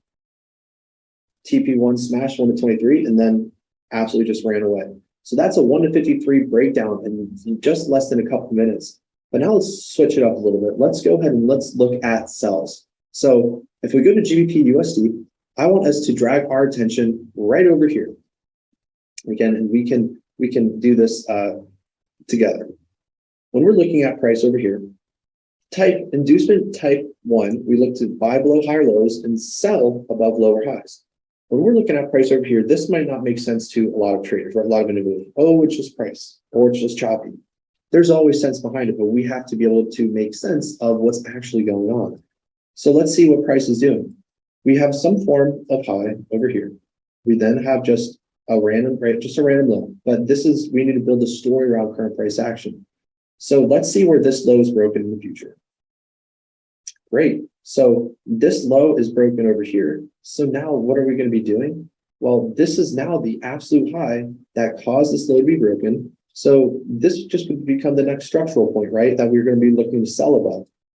I'm viewing this, just so everyone knows, I'm viewing this as the overall low, the overall high, but from multi-time frame structural analysis, you're always going to have some form of internal structure as well. So internally, you're going to be able to see that we have some form of internal low, internal lower high. This is an internal lower high because this is the absolute high that makes a lower low. So this from here is a trading range for sells. So if you're viewing it from a range, you have a high, a low, a lower high, and a lower low. And this is where we want to be selling above. Yes, it's equal highs. Yes, there's a whole trend line that comes into the play as well. But this is why I'm looking to sell above this, because for sells, remember, we look to sell above lower highs that make some form of lower low. So this is our inducement right there. And for sells, remember, what do? We look to sell above lower highs. So if we have a high over here, we have a high over here, we have a low. We have a lower high because this is the absolute highest point before breaking this low over here. So we have a lower high, lower low, and it looks exactly like we have illustrated over here. Lower high, lower low, lower high, lower low. So now that we have that solidified, the last thing to do is ask yourself, do we see an order block above this lower high? Well, yes, we see this order block right here. So that's going to become our area of refinement because we're going to be selling above a lower high. That's going to require to be liquidated, taking out stop losses. We have imbalance, we have liquidity being swept, even if it's just fractal candles, that's still liquidity being swept. And now what we're doing is we're going to be looking to set a pending limit order here, or you can obviously manually execute as well. And then we're going to expect price to liquidate this lower high and then just keep going lower. So with that being said, if this is going to be our preliminary entry, and we are going to be utilizing our stop loss, this is an 11 pip stop loss, of course, but we can actually go ahead and refine this a little bit. Maybe we wanted to go down to a lower time frame, but that would be for another video. So now after, of course, we look to get in sells here, then we just go ahead and simply target, right, at least this low. But notice, right, there's no imbalance. This imbalance has already been mitigated. So really, we're going to be targeting new lows. And then, better yet, there could be something way over to the left that could tell us price could go even lower. And of course, this is actually one of our swing plays that we did as price now, it needs to come all the way down for another reason. But now with that being said, we're going to go ahead and set our target. We now have our pending, order. Whoops, well, we have our pending order, and let's see exactly what price is going to do. Now notice it misses, right? But then guess what? It comes right back into it. And what do we expect price to do? Just absolutely sell off. Just go all the way to the ground to our take profit all the way low.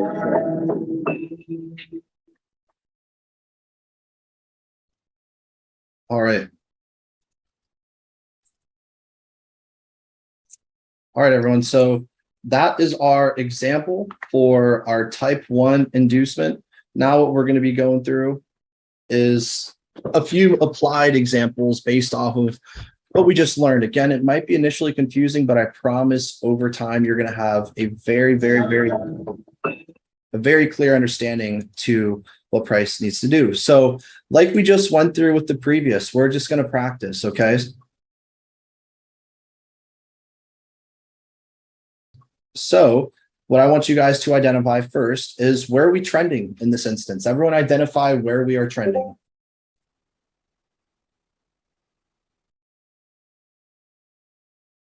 And let's all stay on the same track too. Awesome. So we know that we're trending higher. Beautiful. The next thing I want you guys to identify is now, if we're trending higher, where do we look to buy? What is our inducement? What's going to induce traders in the opposite direction? Boom. Juma got it right. Awesome, everyone. Awesome, right? Great. And then, of course, the order block line after you guys have identified it. So it's going to look like this. For structure, we know that we have our,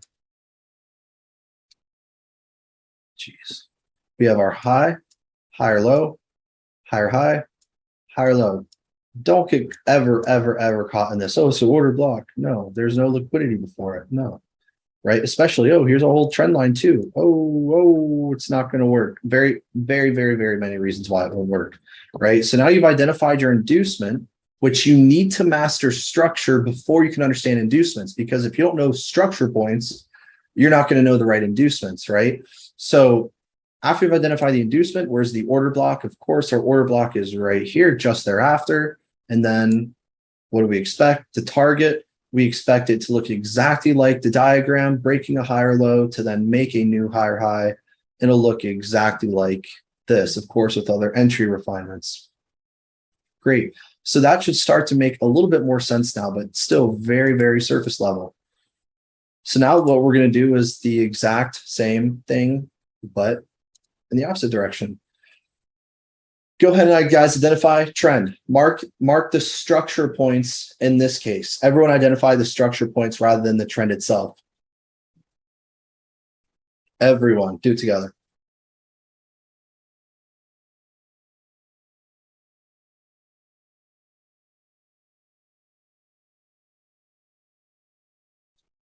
Awesome. Right? Awesome. So now let's see.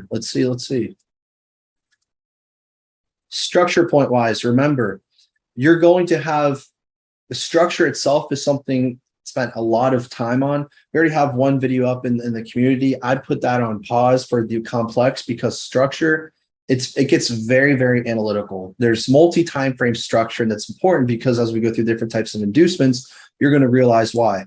But as far as the most obvious, right, we have some form of high, low. We have a pullback, and then it makes a new overall low. Is this structure? Yes, but this is all just structure inside of our main leg. That's internal structure, because we learned about that, right? So this is that current structure that we're identifying.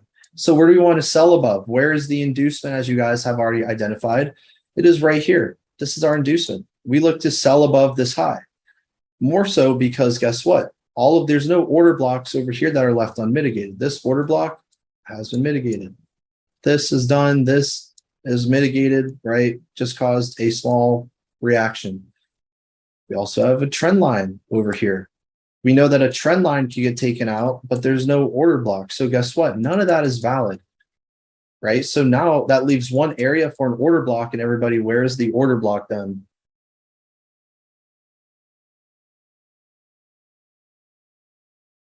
Right? Boom, just above.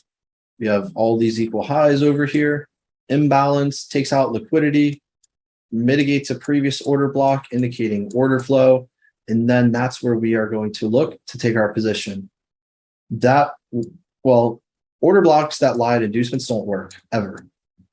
This will not work because it's also lying at equal highs. It won't work. We want to sell above lower highs, right? Above lower highs. This lies at liquidity.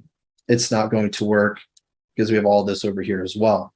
Just to trap a fake order block and a smart money trap again tomorrow. So then all that's left to do, take out a lower high, target a lower low, and then boom, right? So on and so forth. Oops, let me see here, y'all. 1 second, I got to do this. Let me clear. I'll keep pausing it because some of these annotations are messing up. Let me go over here. All right, so this is the last thing you guys are going to identify right here. Based on what we have current access to, where are we trending generally? Up or down?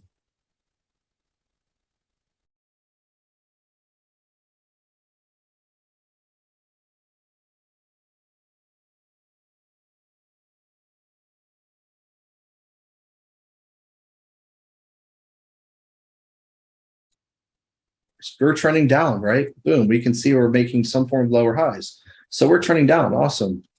Now we want to identify now, if we're in a bearish trend, identify the lower high we want to be selling above.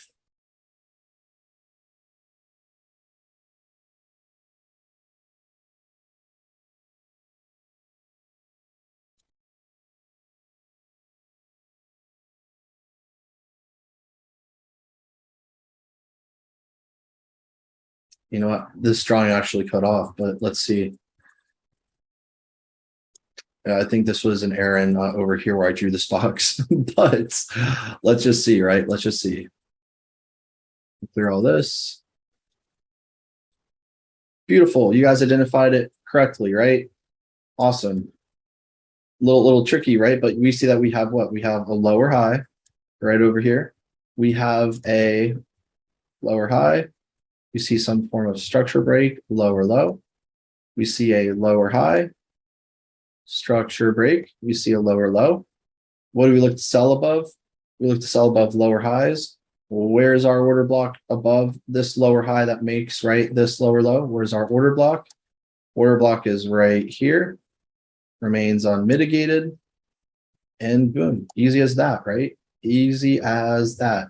Take out a high, and then what do you expect? New lows. But guess what? Is there any imbalance? Nope. And that's something you'll be learning on day 3. Now we know that we can target all the way down here. So this is inducement. But guess what? There's more. We don't just stop here. You're going to be learning how to catch this. You're going to be learning all that, right? So it's still a tip of the iceberg, as Antoine said. But that's exactly how we approach the charts. One setup for one inducement. Lovely. All right. Now we're going to get to the second type of inducement for today. Go through a couple examples, and then we are going to end off the day with the plan. All right. This type of inducement is our second type and induces traders into seeing a continuation. The type 1 induces retail to see a reversal. This induces to see a continuation. So we could maybe imagine what that looks like. This occurs when SMC retail gets trapped on the lower time frames and fails to see the higher time frame.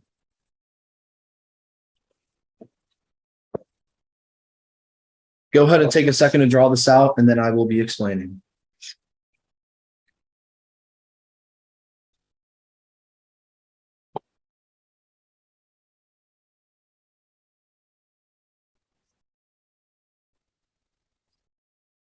Inducement type 2. This is where you will always get trapped on the internal trend.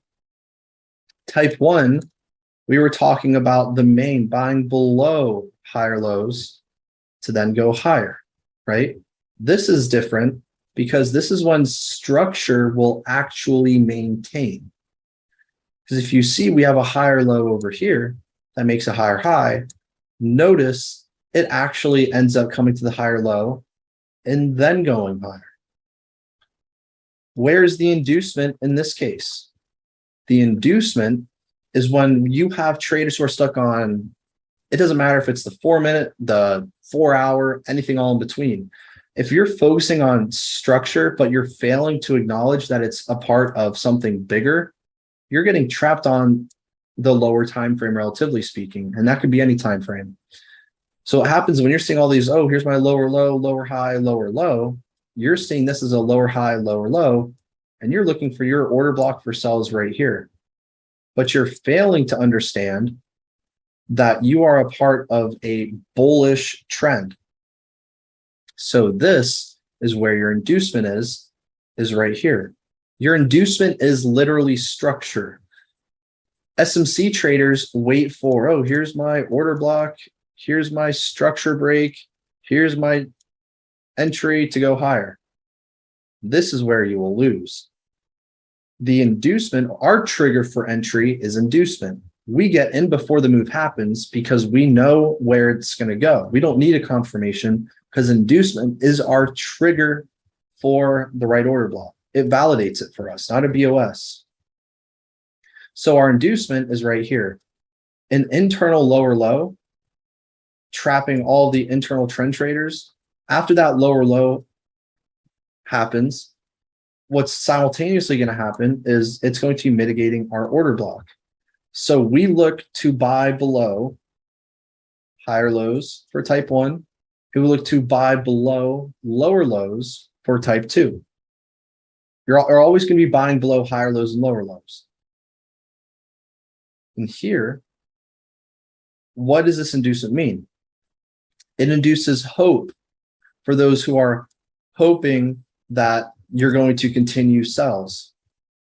It's inducing fear, or it's inducing greed for those who are holding sells. I want to keep stacking on my positions, new lower lows. It's inducing FOMO for those who might think, well, damn, I had the wrong order block. This is where I want to enter now, right? It's inducing all types of traders in these different regards. So inducement is just structure, but tomorrow you'll be learning exactly which one. Because now you're probably wondering or asking yourself, how do I know if I'm going to be buying at structure or buying below structure? Good question.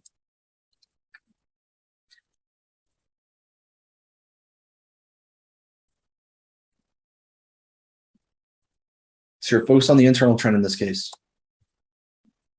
In this instance, what happens is price to the left will just mitigate some form of order block that's not sell structurally supported. It's just going to be there random. And it'll cause price to come back down to your extreme demand order block. And this is going to be your inducement that you're going to then go higher. So essentially, you're just going to have some form of low internally within your main range that's broken to then finish your main range target.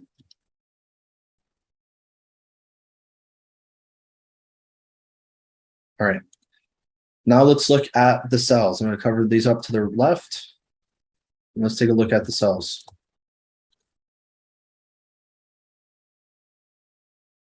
Cells, compared to where we're looking to sell above lower highs in the type 1 example, sell above lower highs, right? In this example, we're actually saying that we are going to be selling at lower highs. We're selling within a range rather than selling above it and going lower. This only works when you have some form of high built before it. It's going to ensure that those who are looking, oh, we have a high, a higher, higher high, now we have a higher low. These traders are getting trapped on the internal time frame. And they're seeing this, oh, here's my higher low, here's my higher high. Where are they looking for order blocks? Those who are buying. Here's my order block. That's going to be going higher, right? Again, this happens, inducing traders to believe the buys are going to continue to mitigate the main sell to then go lower. So all type 2 inducement is, again, is inducing traders stuck on an internal time frame to a main leg, getting stuck on this internal time frame. They're just going to be trapped into, right, the wrong direction. And that's why it's so important that we always zoom out and make sure what the actual bias is, so we're not getting, you know, caught up in this BS. So the inducement is selling above a higher high. You're only going to be selling above higher highs and selling above lower highs. That's it. Always need a high to sell above and a low to buy below. Everyone type 1 in the chat if you're ready to continue. So we go through these few examples, the video, a couple examples, and then the plan.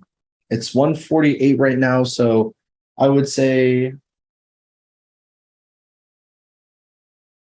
20, 25 maximum minutes. Awesome. All right. Clear this, and we're going to move on to the next.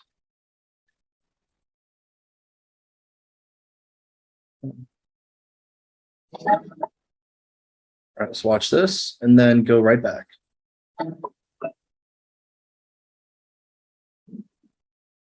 So compared to inducement type 1, type 2, we are actually going to be selling above higher highs and buying below lower lows. So compared to type 1, as you have now just seen and been illustrated, if you're looking to sell for a type 1 inducement, you look to sell above lower highs, right? But if you're looking to sell in a type 2, we're actually not trading continuation structure, but we're rather trading the continuation structural breaks to allow us to go lower. Same for the buys. When we're looking to buy, we're going to be looking to buy below lower lows, or in an uptrend, we look to buy below higher lows. So these are the two types of inducements. Now, let's see how it pertains to where price currently is. Well, what we can kind of see is that we are looking somewhat bullish right now. We have new highs taken, which is great, but let's look at where price currently is now. Based off of that type 2 scenario that we had just pitched, where we look to buy below a lower low, my question would be, well, where is the lower low, right? Where are we actually looking for a lower low inducement? Well, right off the bat, we can tell that we are going to be actually looking to buy lower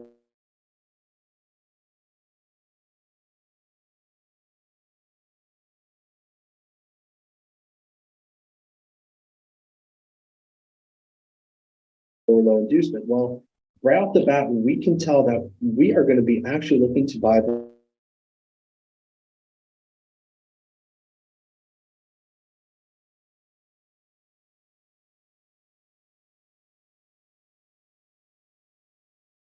right here, everybody. Let's think about it. Why am I looking at this low?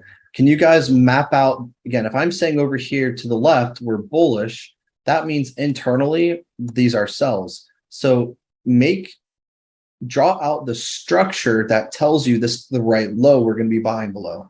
If you guys can go ahead and illustrate that real quick. And make it make sense. Focus on all of the moves in between. Draw out the structure.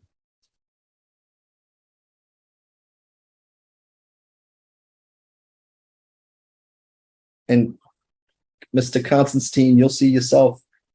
Can't start there either. You got to start all the way from the left.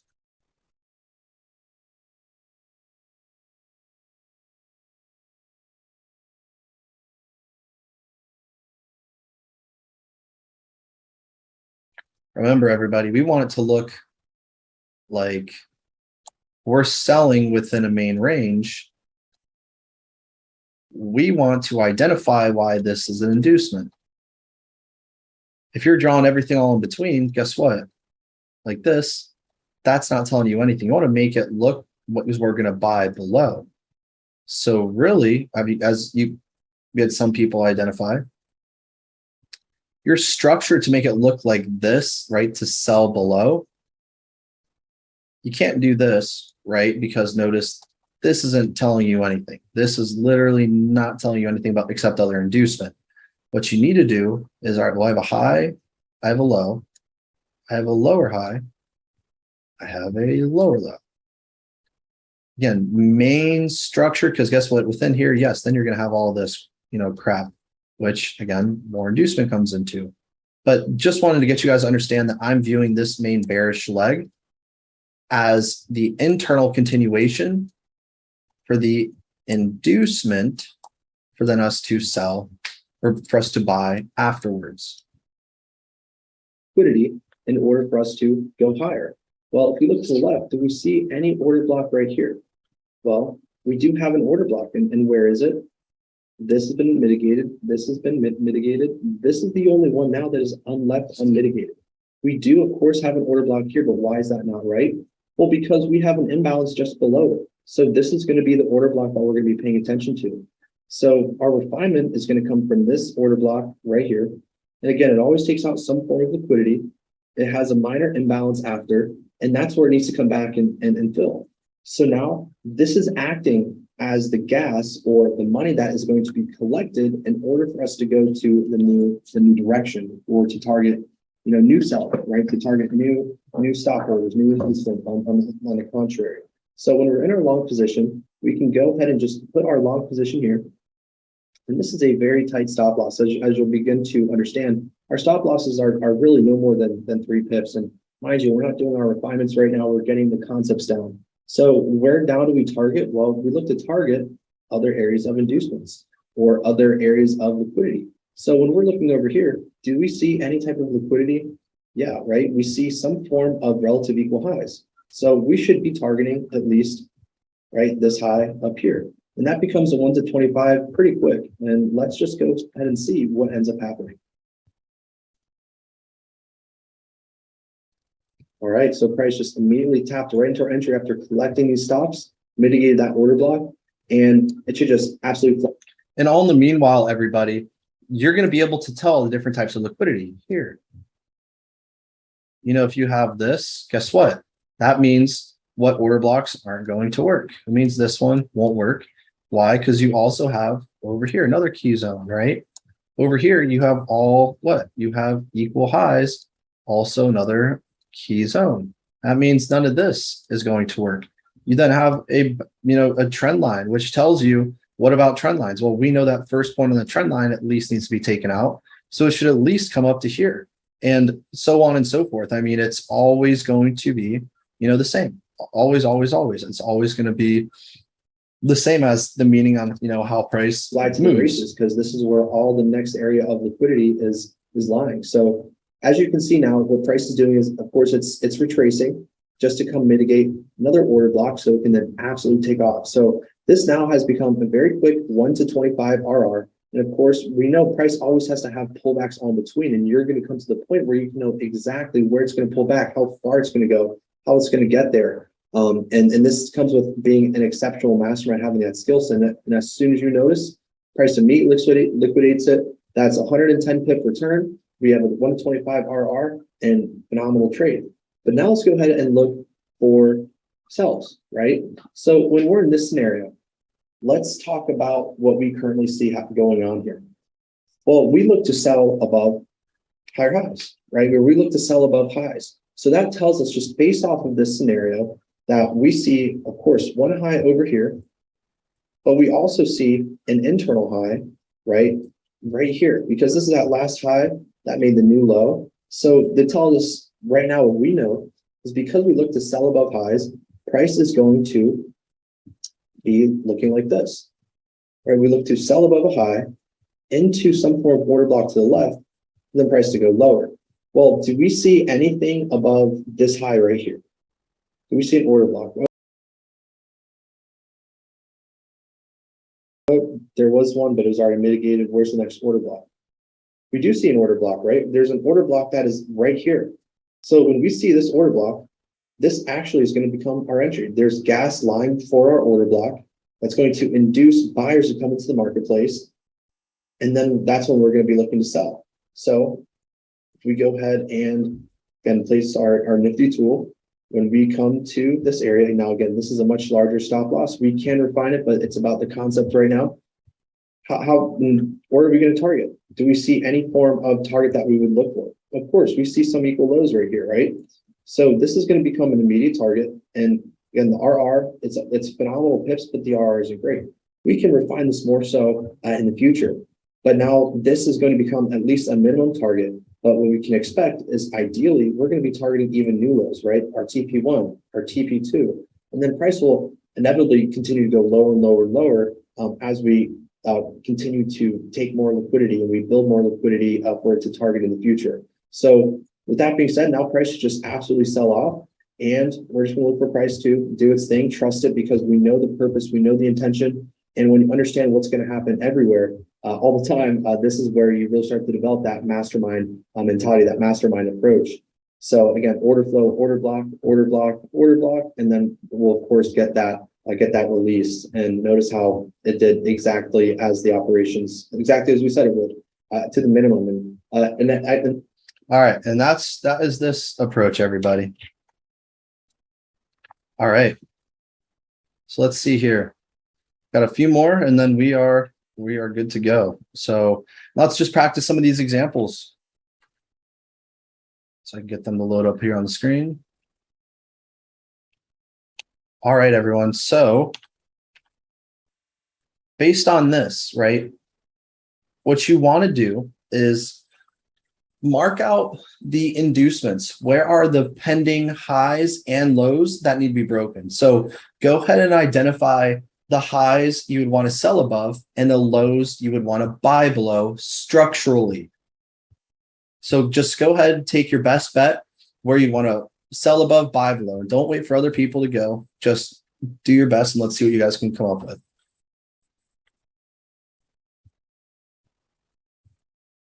And remember, think about inducement, right? What's the immediate high? What's the immediate low? What's the larger previous high, the larger previous low, right?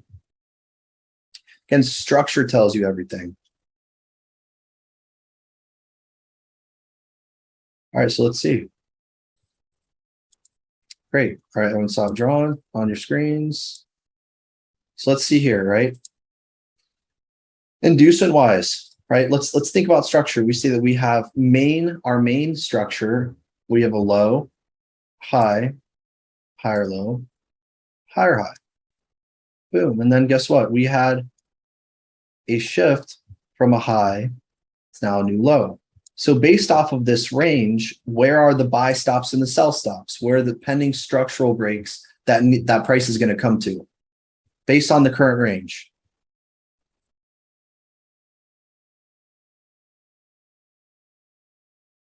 Right? So based on the current range, we want to be selling above this high or buying below this low.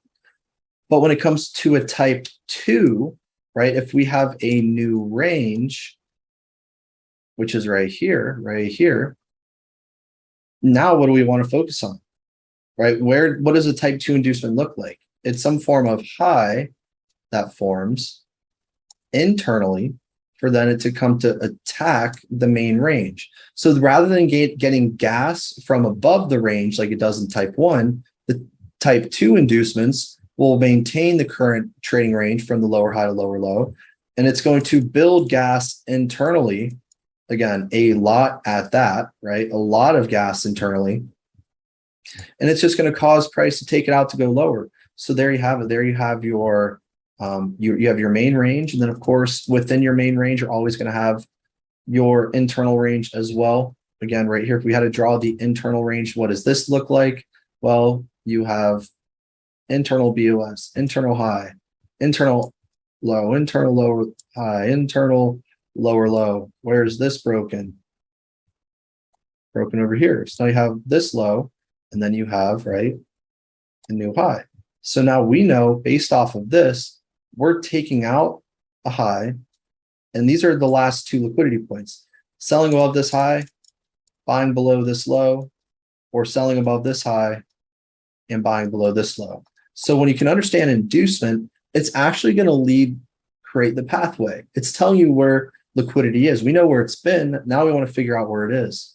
Now that we know where liquidity is, above here, below here, above here, below here, the pathway is already figured out for us. We know in order for us to go lower, we have to collect gas higher. We have to induce higher to go lower. Write that down. Induce higher to go lower. So we have to take out a high to induce buyers to then go lower. We know lower, we're going to go here and to go lower. And then it'll just rinse and repeat the entire process. And you're going to get to the point where you'll be able to understand every pullback, everything all in between. And as you guys have all identified now, perfection, right? Boom, boom, boom. So it's all very logical, always the same thing. And in these examples, I didn't illustrate structure. This was made way back when just to illustrate the concept. But now after realizing this from the boot camp and then people are like, oh, inducements, you have to actually understand structure to understand inducement. Because if you're marking the wrong structural points, you're not going to understand the right inducement points because inducement and structure are one and the same. Great. We're gonna do one more example and then last thing. So over here, like we just identified the main leg, the main structure inducement, and then the internal structure inducement. So where is the liquidity? What low and what high are liquidity above?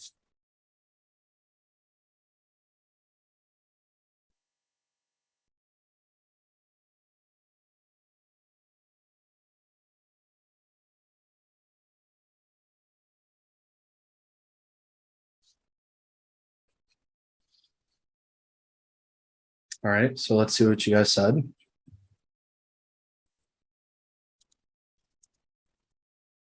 Exactly, right?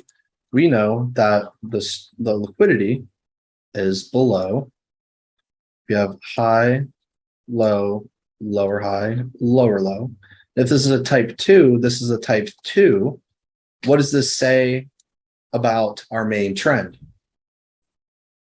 Are we looking for sells or buys? If this is the type 2, sells or buys?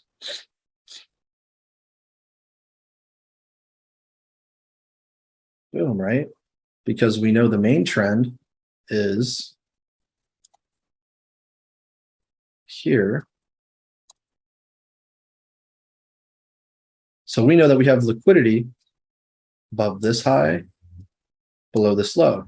Internally, we have liquidity because this took out a new low, exactly as Mr. Juma illustrated.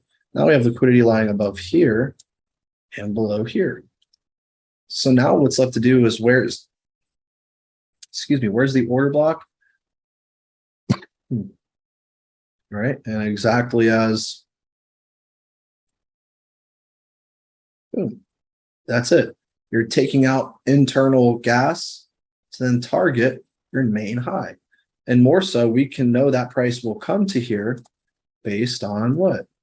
All of these equal highs, right? So it all kind of ties together, but inducement is a very algorithmic way of doing things. Buy below a low, target a new high. Buy below a high or sell above a high, target a new low. Rinse and repeat. Now keeping it surface level, right? Just so you guys can start to practice the application.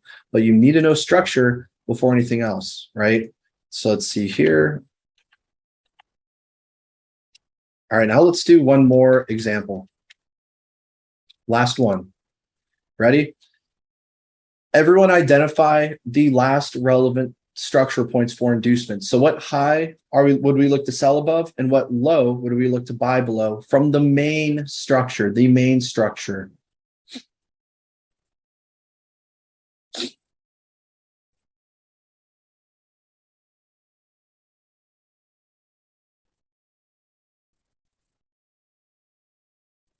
right? So good. Clear all drawings. Clear all, no mas. Boom, we know we're going to buy below here. Again, this is not a solidified higher low until it makes a higher high. But the reason we're saying this is because we have a high, higher low, higher high. This is our main range. But within our main range, again, if we're looking for buys for a type 2, we need to see some form of internal low to then go higher for it to look like this. So now that's the inducement right here. Where is the order block?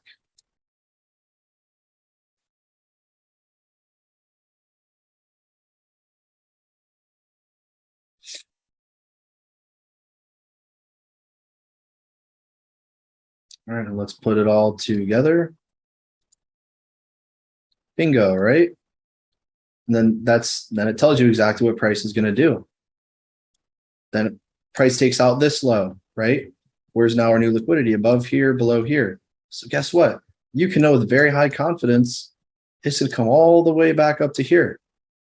But more so because we have all of this equal highs. Oh, I have an order block right here. Okay. So what? Ooh, maybe just a small pullback, go right through. Okay. Because it makes sense. You know, you see what I'm saying? It has to make sense from the perspective of like liquidity logic. If it doesn't, it's not going to work. So then again, oh, here liquidity, and then boom, ends up working, right? Awesome. And that's what it comes down to. Again, very surface level, but these examples are meant to really show you how to apply these. And if you feel like you're not understanding, don't worry. It's only a matter of time. Practice. And this is still day one. It'll all come together over the next few days, right? So let's see here. Let's get this one. And the last type of inducement will be saved for tomorrow. With that being said, everybody, let's look here. So guys, in this section, you guys have learned, again, why structure is not king.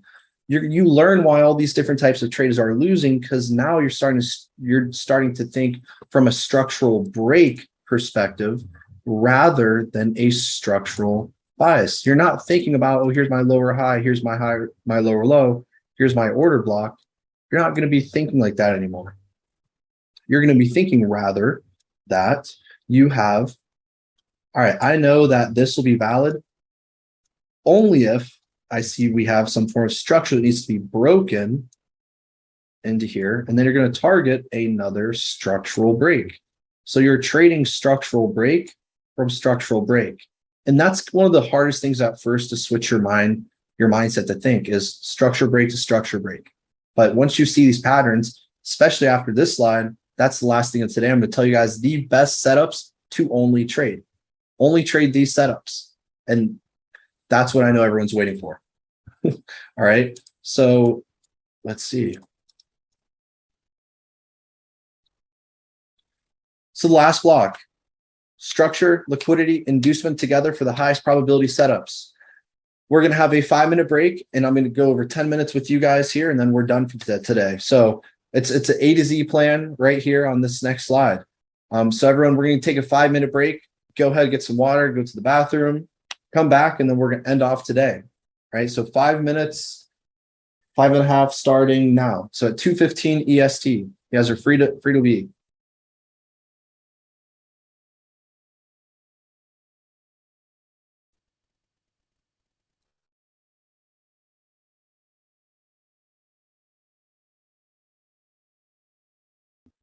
All right, everyone, we're going to go ahead and get started here in just a minute, and we're going to spend the last remaining minutes going over it.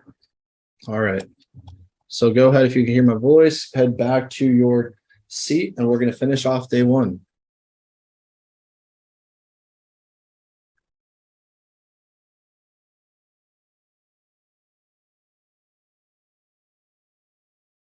And just so I can get a gauge, as soon as everyone is available or back rather in their seat, just type 1. We got 32, so we should have around 30 people ready.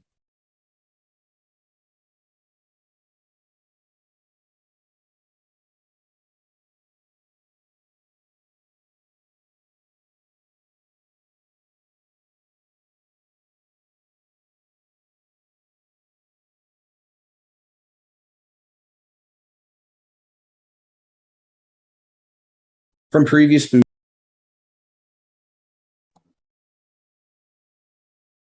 All right, the highest probability setups.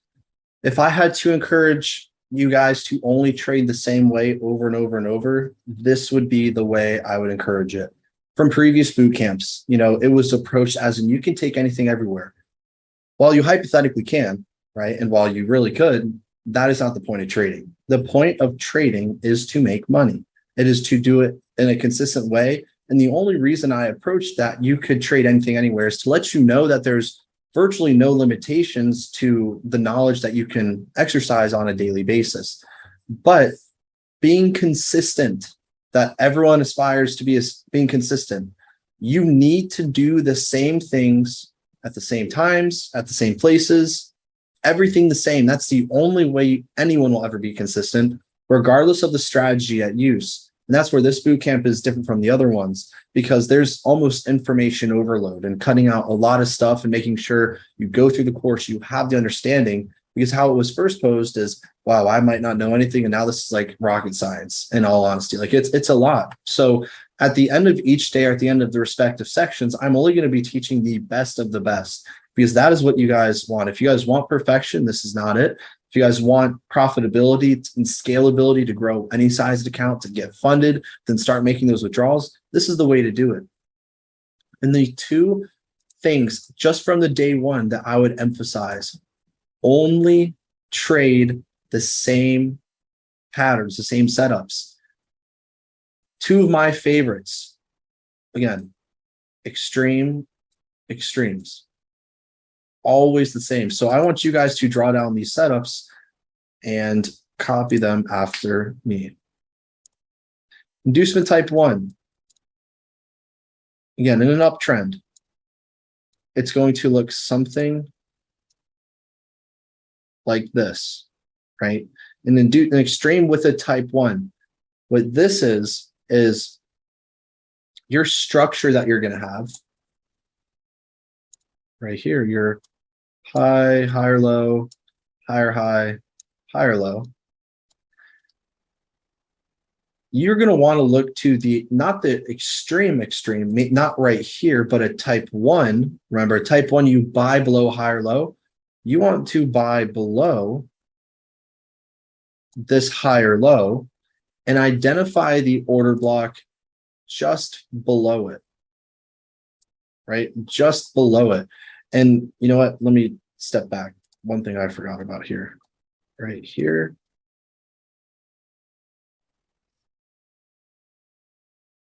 Draw this out and show you guys more so.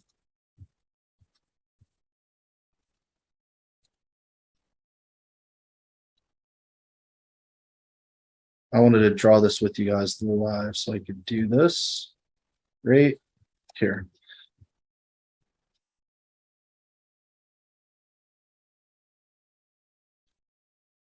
Your setups, you want to follow 4 things. You want to follow order flow, institutional order flow. If you don't know what order flow is, rewatch the May Bootcamp video. Also talk about it all the time. Rewatch the May Bootcamp day 1. Order flow, inducement, extremes. Those are the 3 things, 4 things that you're always going to look for. So over here, in a case like this, what we love and need to see is changing colors on this chart right here. Sorry guys, it's taking me just a minute.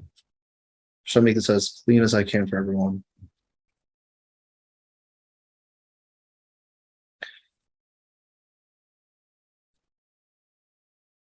I would take these setups all day and I would be thrilled if this is all that if this is all that you guys would trade. Order flow, when you have an extreme, a higher low that makes a higher high, you have your extreme, price comes to mitigate it right here. Mitigation is intact. We know that this indicates institutional order flow. If you don't know, well, now you do now. This low has been mitigated, right? So money is transferred from here to now this order block over here. And this order block at this point in time remains unmitigated. So what happens is this actually becomes an inducement, and this is the order block that we want to focus on. So in looking at this, we need to realize that this is our inducement. We want to buy below a higher low to the real extreme. That's going to cause price to then go higher. And this is what we really, really, really want to focus on, is this exact setup right here. This exact one right here. This is what you focus on. This is my first favorite type of setup. Happens every single day, everywhere. And this is for a buy model, right? So go ahead and draw this for your first setup type.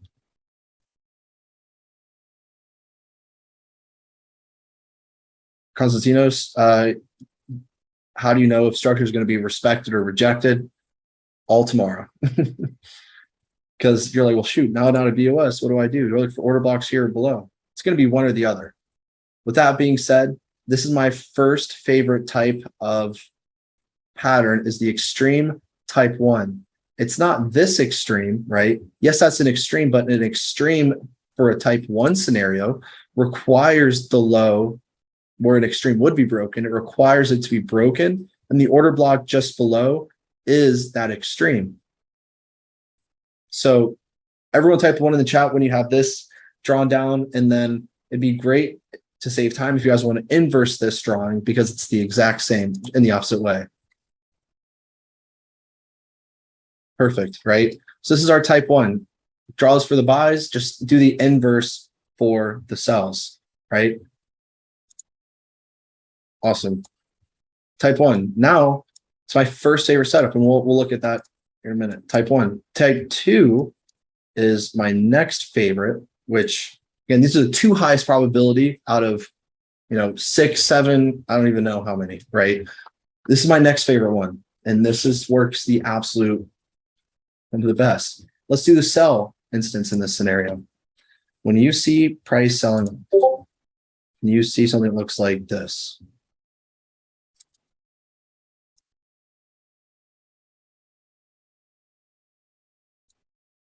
Order flow is key. If you only trade order flow, you'll be order flow rich.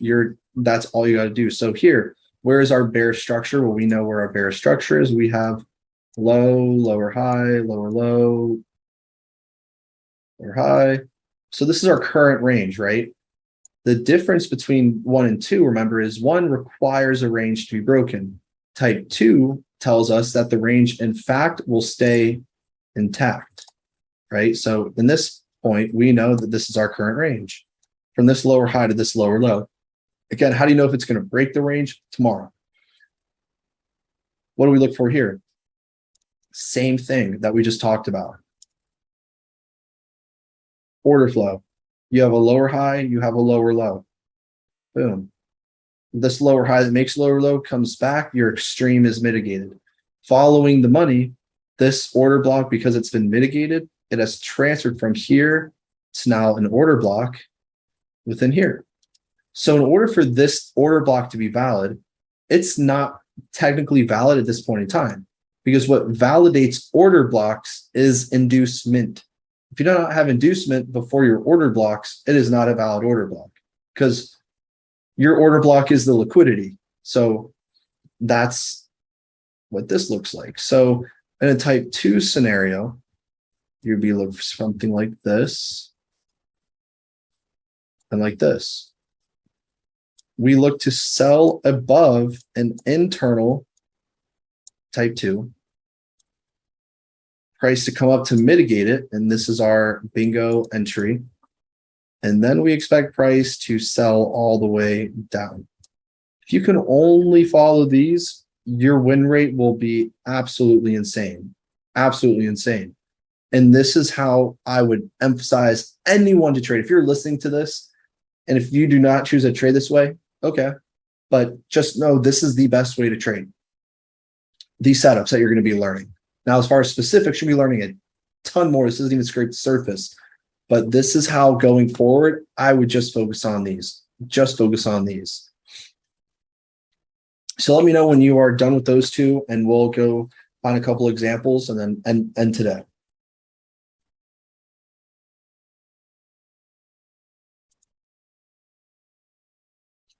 Once we get 20 likes on that,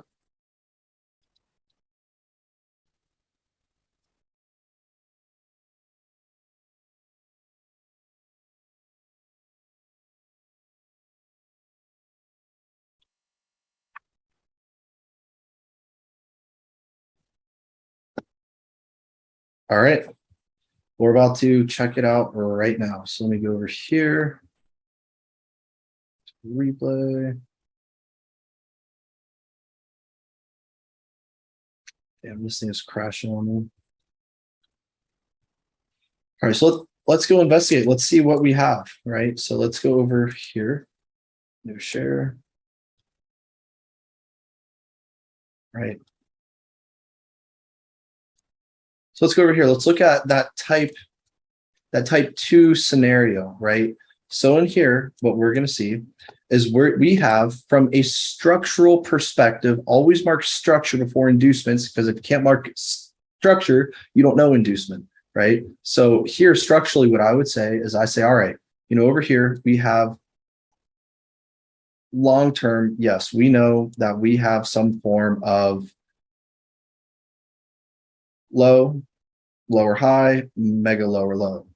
So it tells us one of these two ranges is going to be broken, right? And tomorrow, all of these are going to be pre-analyzed. I wanted to share this with you, especially with the time right here. So we know one of these is going to be maintained, right? So following this, we need to know that price can come up here to mitigate something, and then we can continue lower. Besides the point right now, I'm just trying to emphasize the actual range. Looking where price currently is, internally, we can see that we have some form of high, higher low. Where's this high broken? It's broken over here. So we have a new high, a new higher low, because it causes a pullback, but then price doesn't stop until it gets up here. So then we have our higher low, then our new higher high. So as far as liquidity, right? Liquidity is below this low and above this high. Great. So now that we understand our range, we have a low and then we have a high. Now we need to figure out within the range. We know there's an inducement above here. This was just collected. But now we have an internal range, right? So now we need to identify our internal range. In our internal range, we said we have a high, a low, lower high, lower low, lower high, and there's no pullback here. So I would just say, then we have a lower low somewhere, right? So now, and again, this might be confusing, like what I'm just showing you the best setups to trade, right? So I would say, all right, now we have this lower low or lower high, we have this lower low. Where price, the range currently is, that means it can either break the range, which would be a type what inducement if it decided to break this.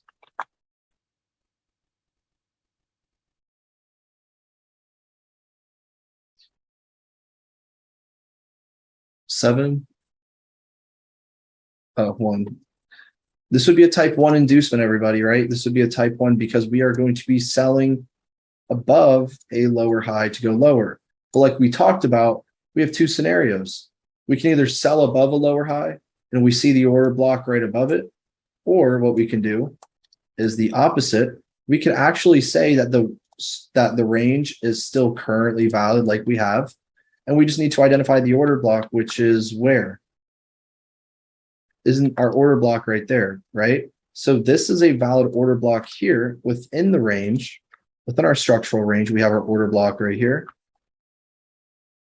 This would be an extreme type, potentially 2. And then our extreme type 1 would be the extreme above the lower high, and the order block is right here.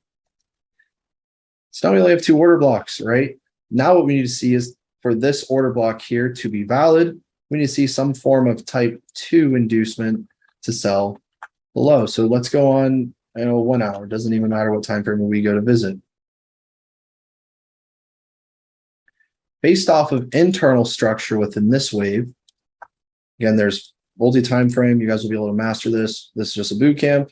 So this is our main leg fractally. We're going to have internal structure within. So you might have, all right, you have a low, lower high, lower low, lower high. Let's see, lower low, lower high, lower low. At this point in time, do we have an inducement that validates this order block?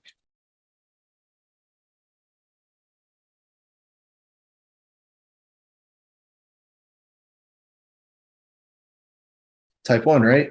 We do have some form of, we do have an inducement right here that validates it on a lower time frame. We're going to learn this type tomorrow, but we do have an inducement that does validate it. But let's see if it actually builds another one before it mitigates.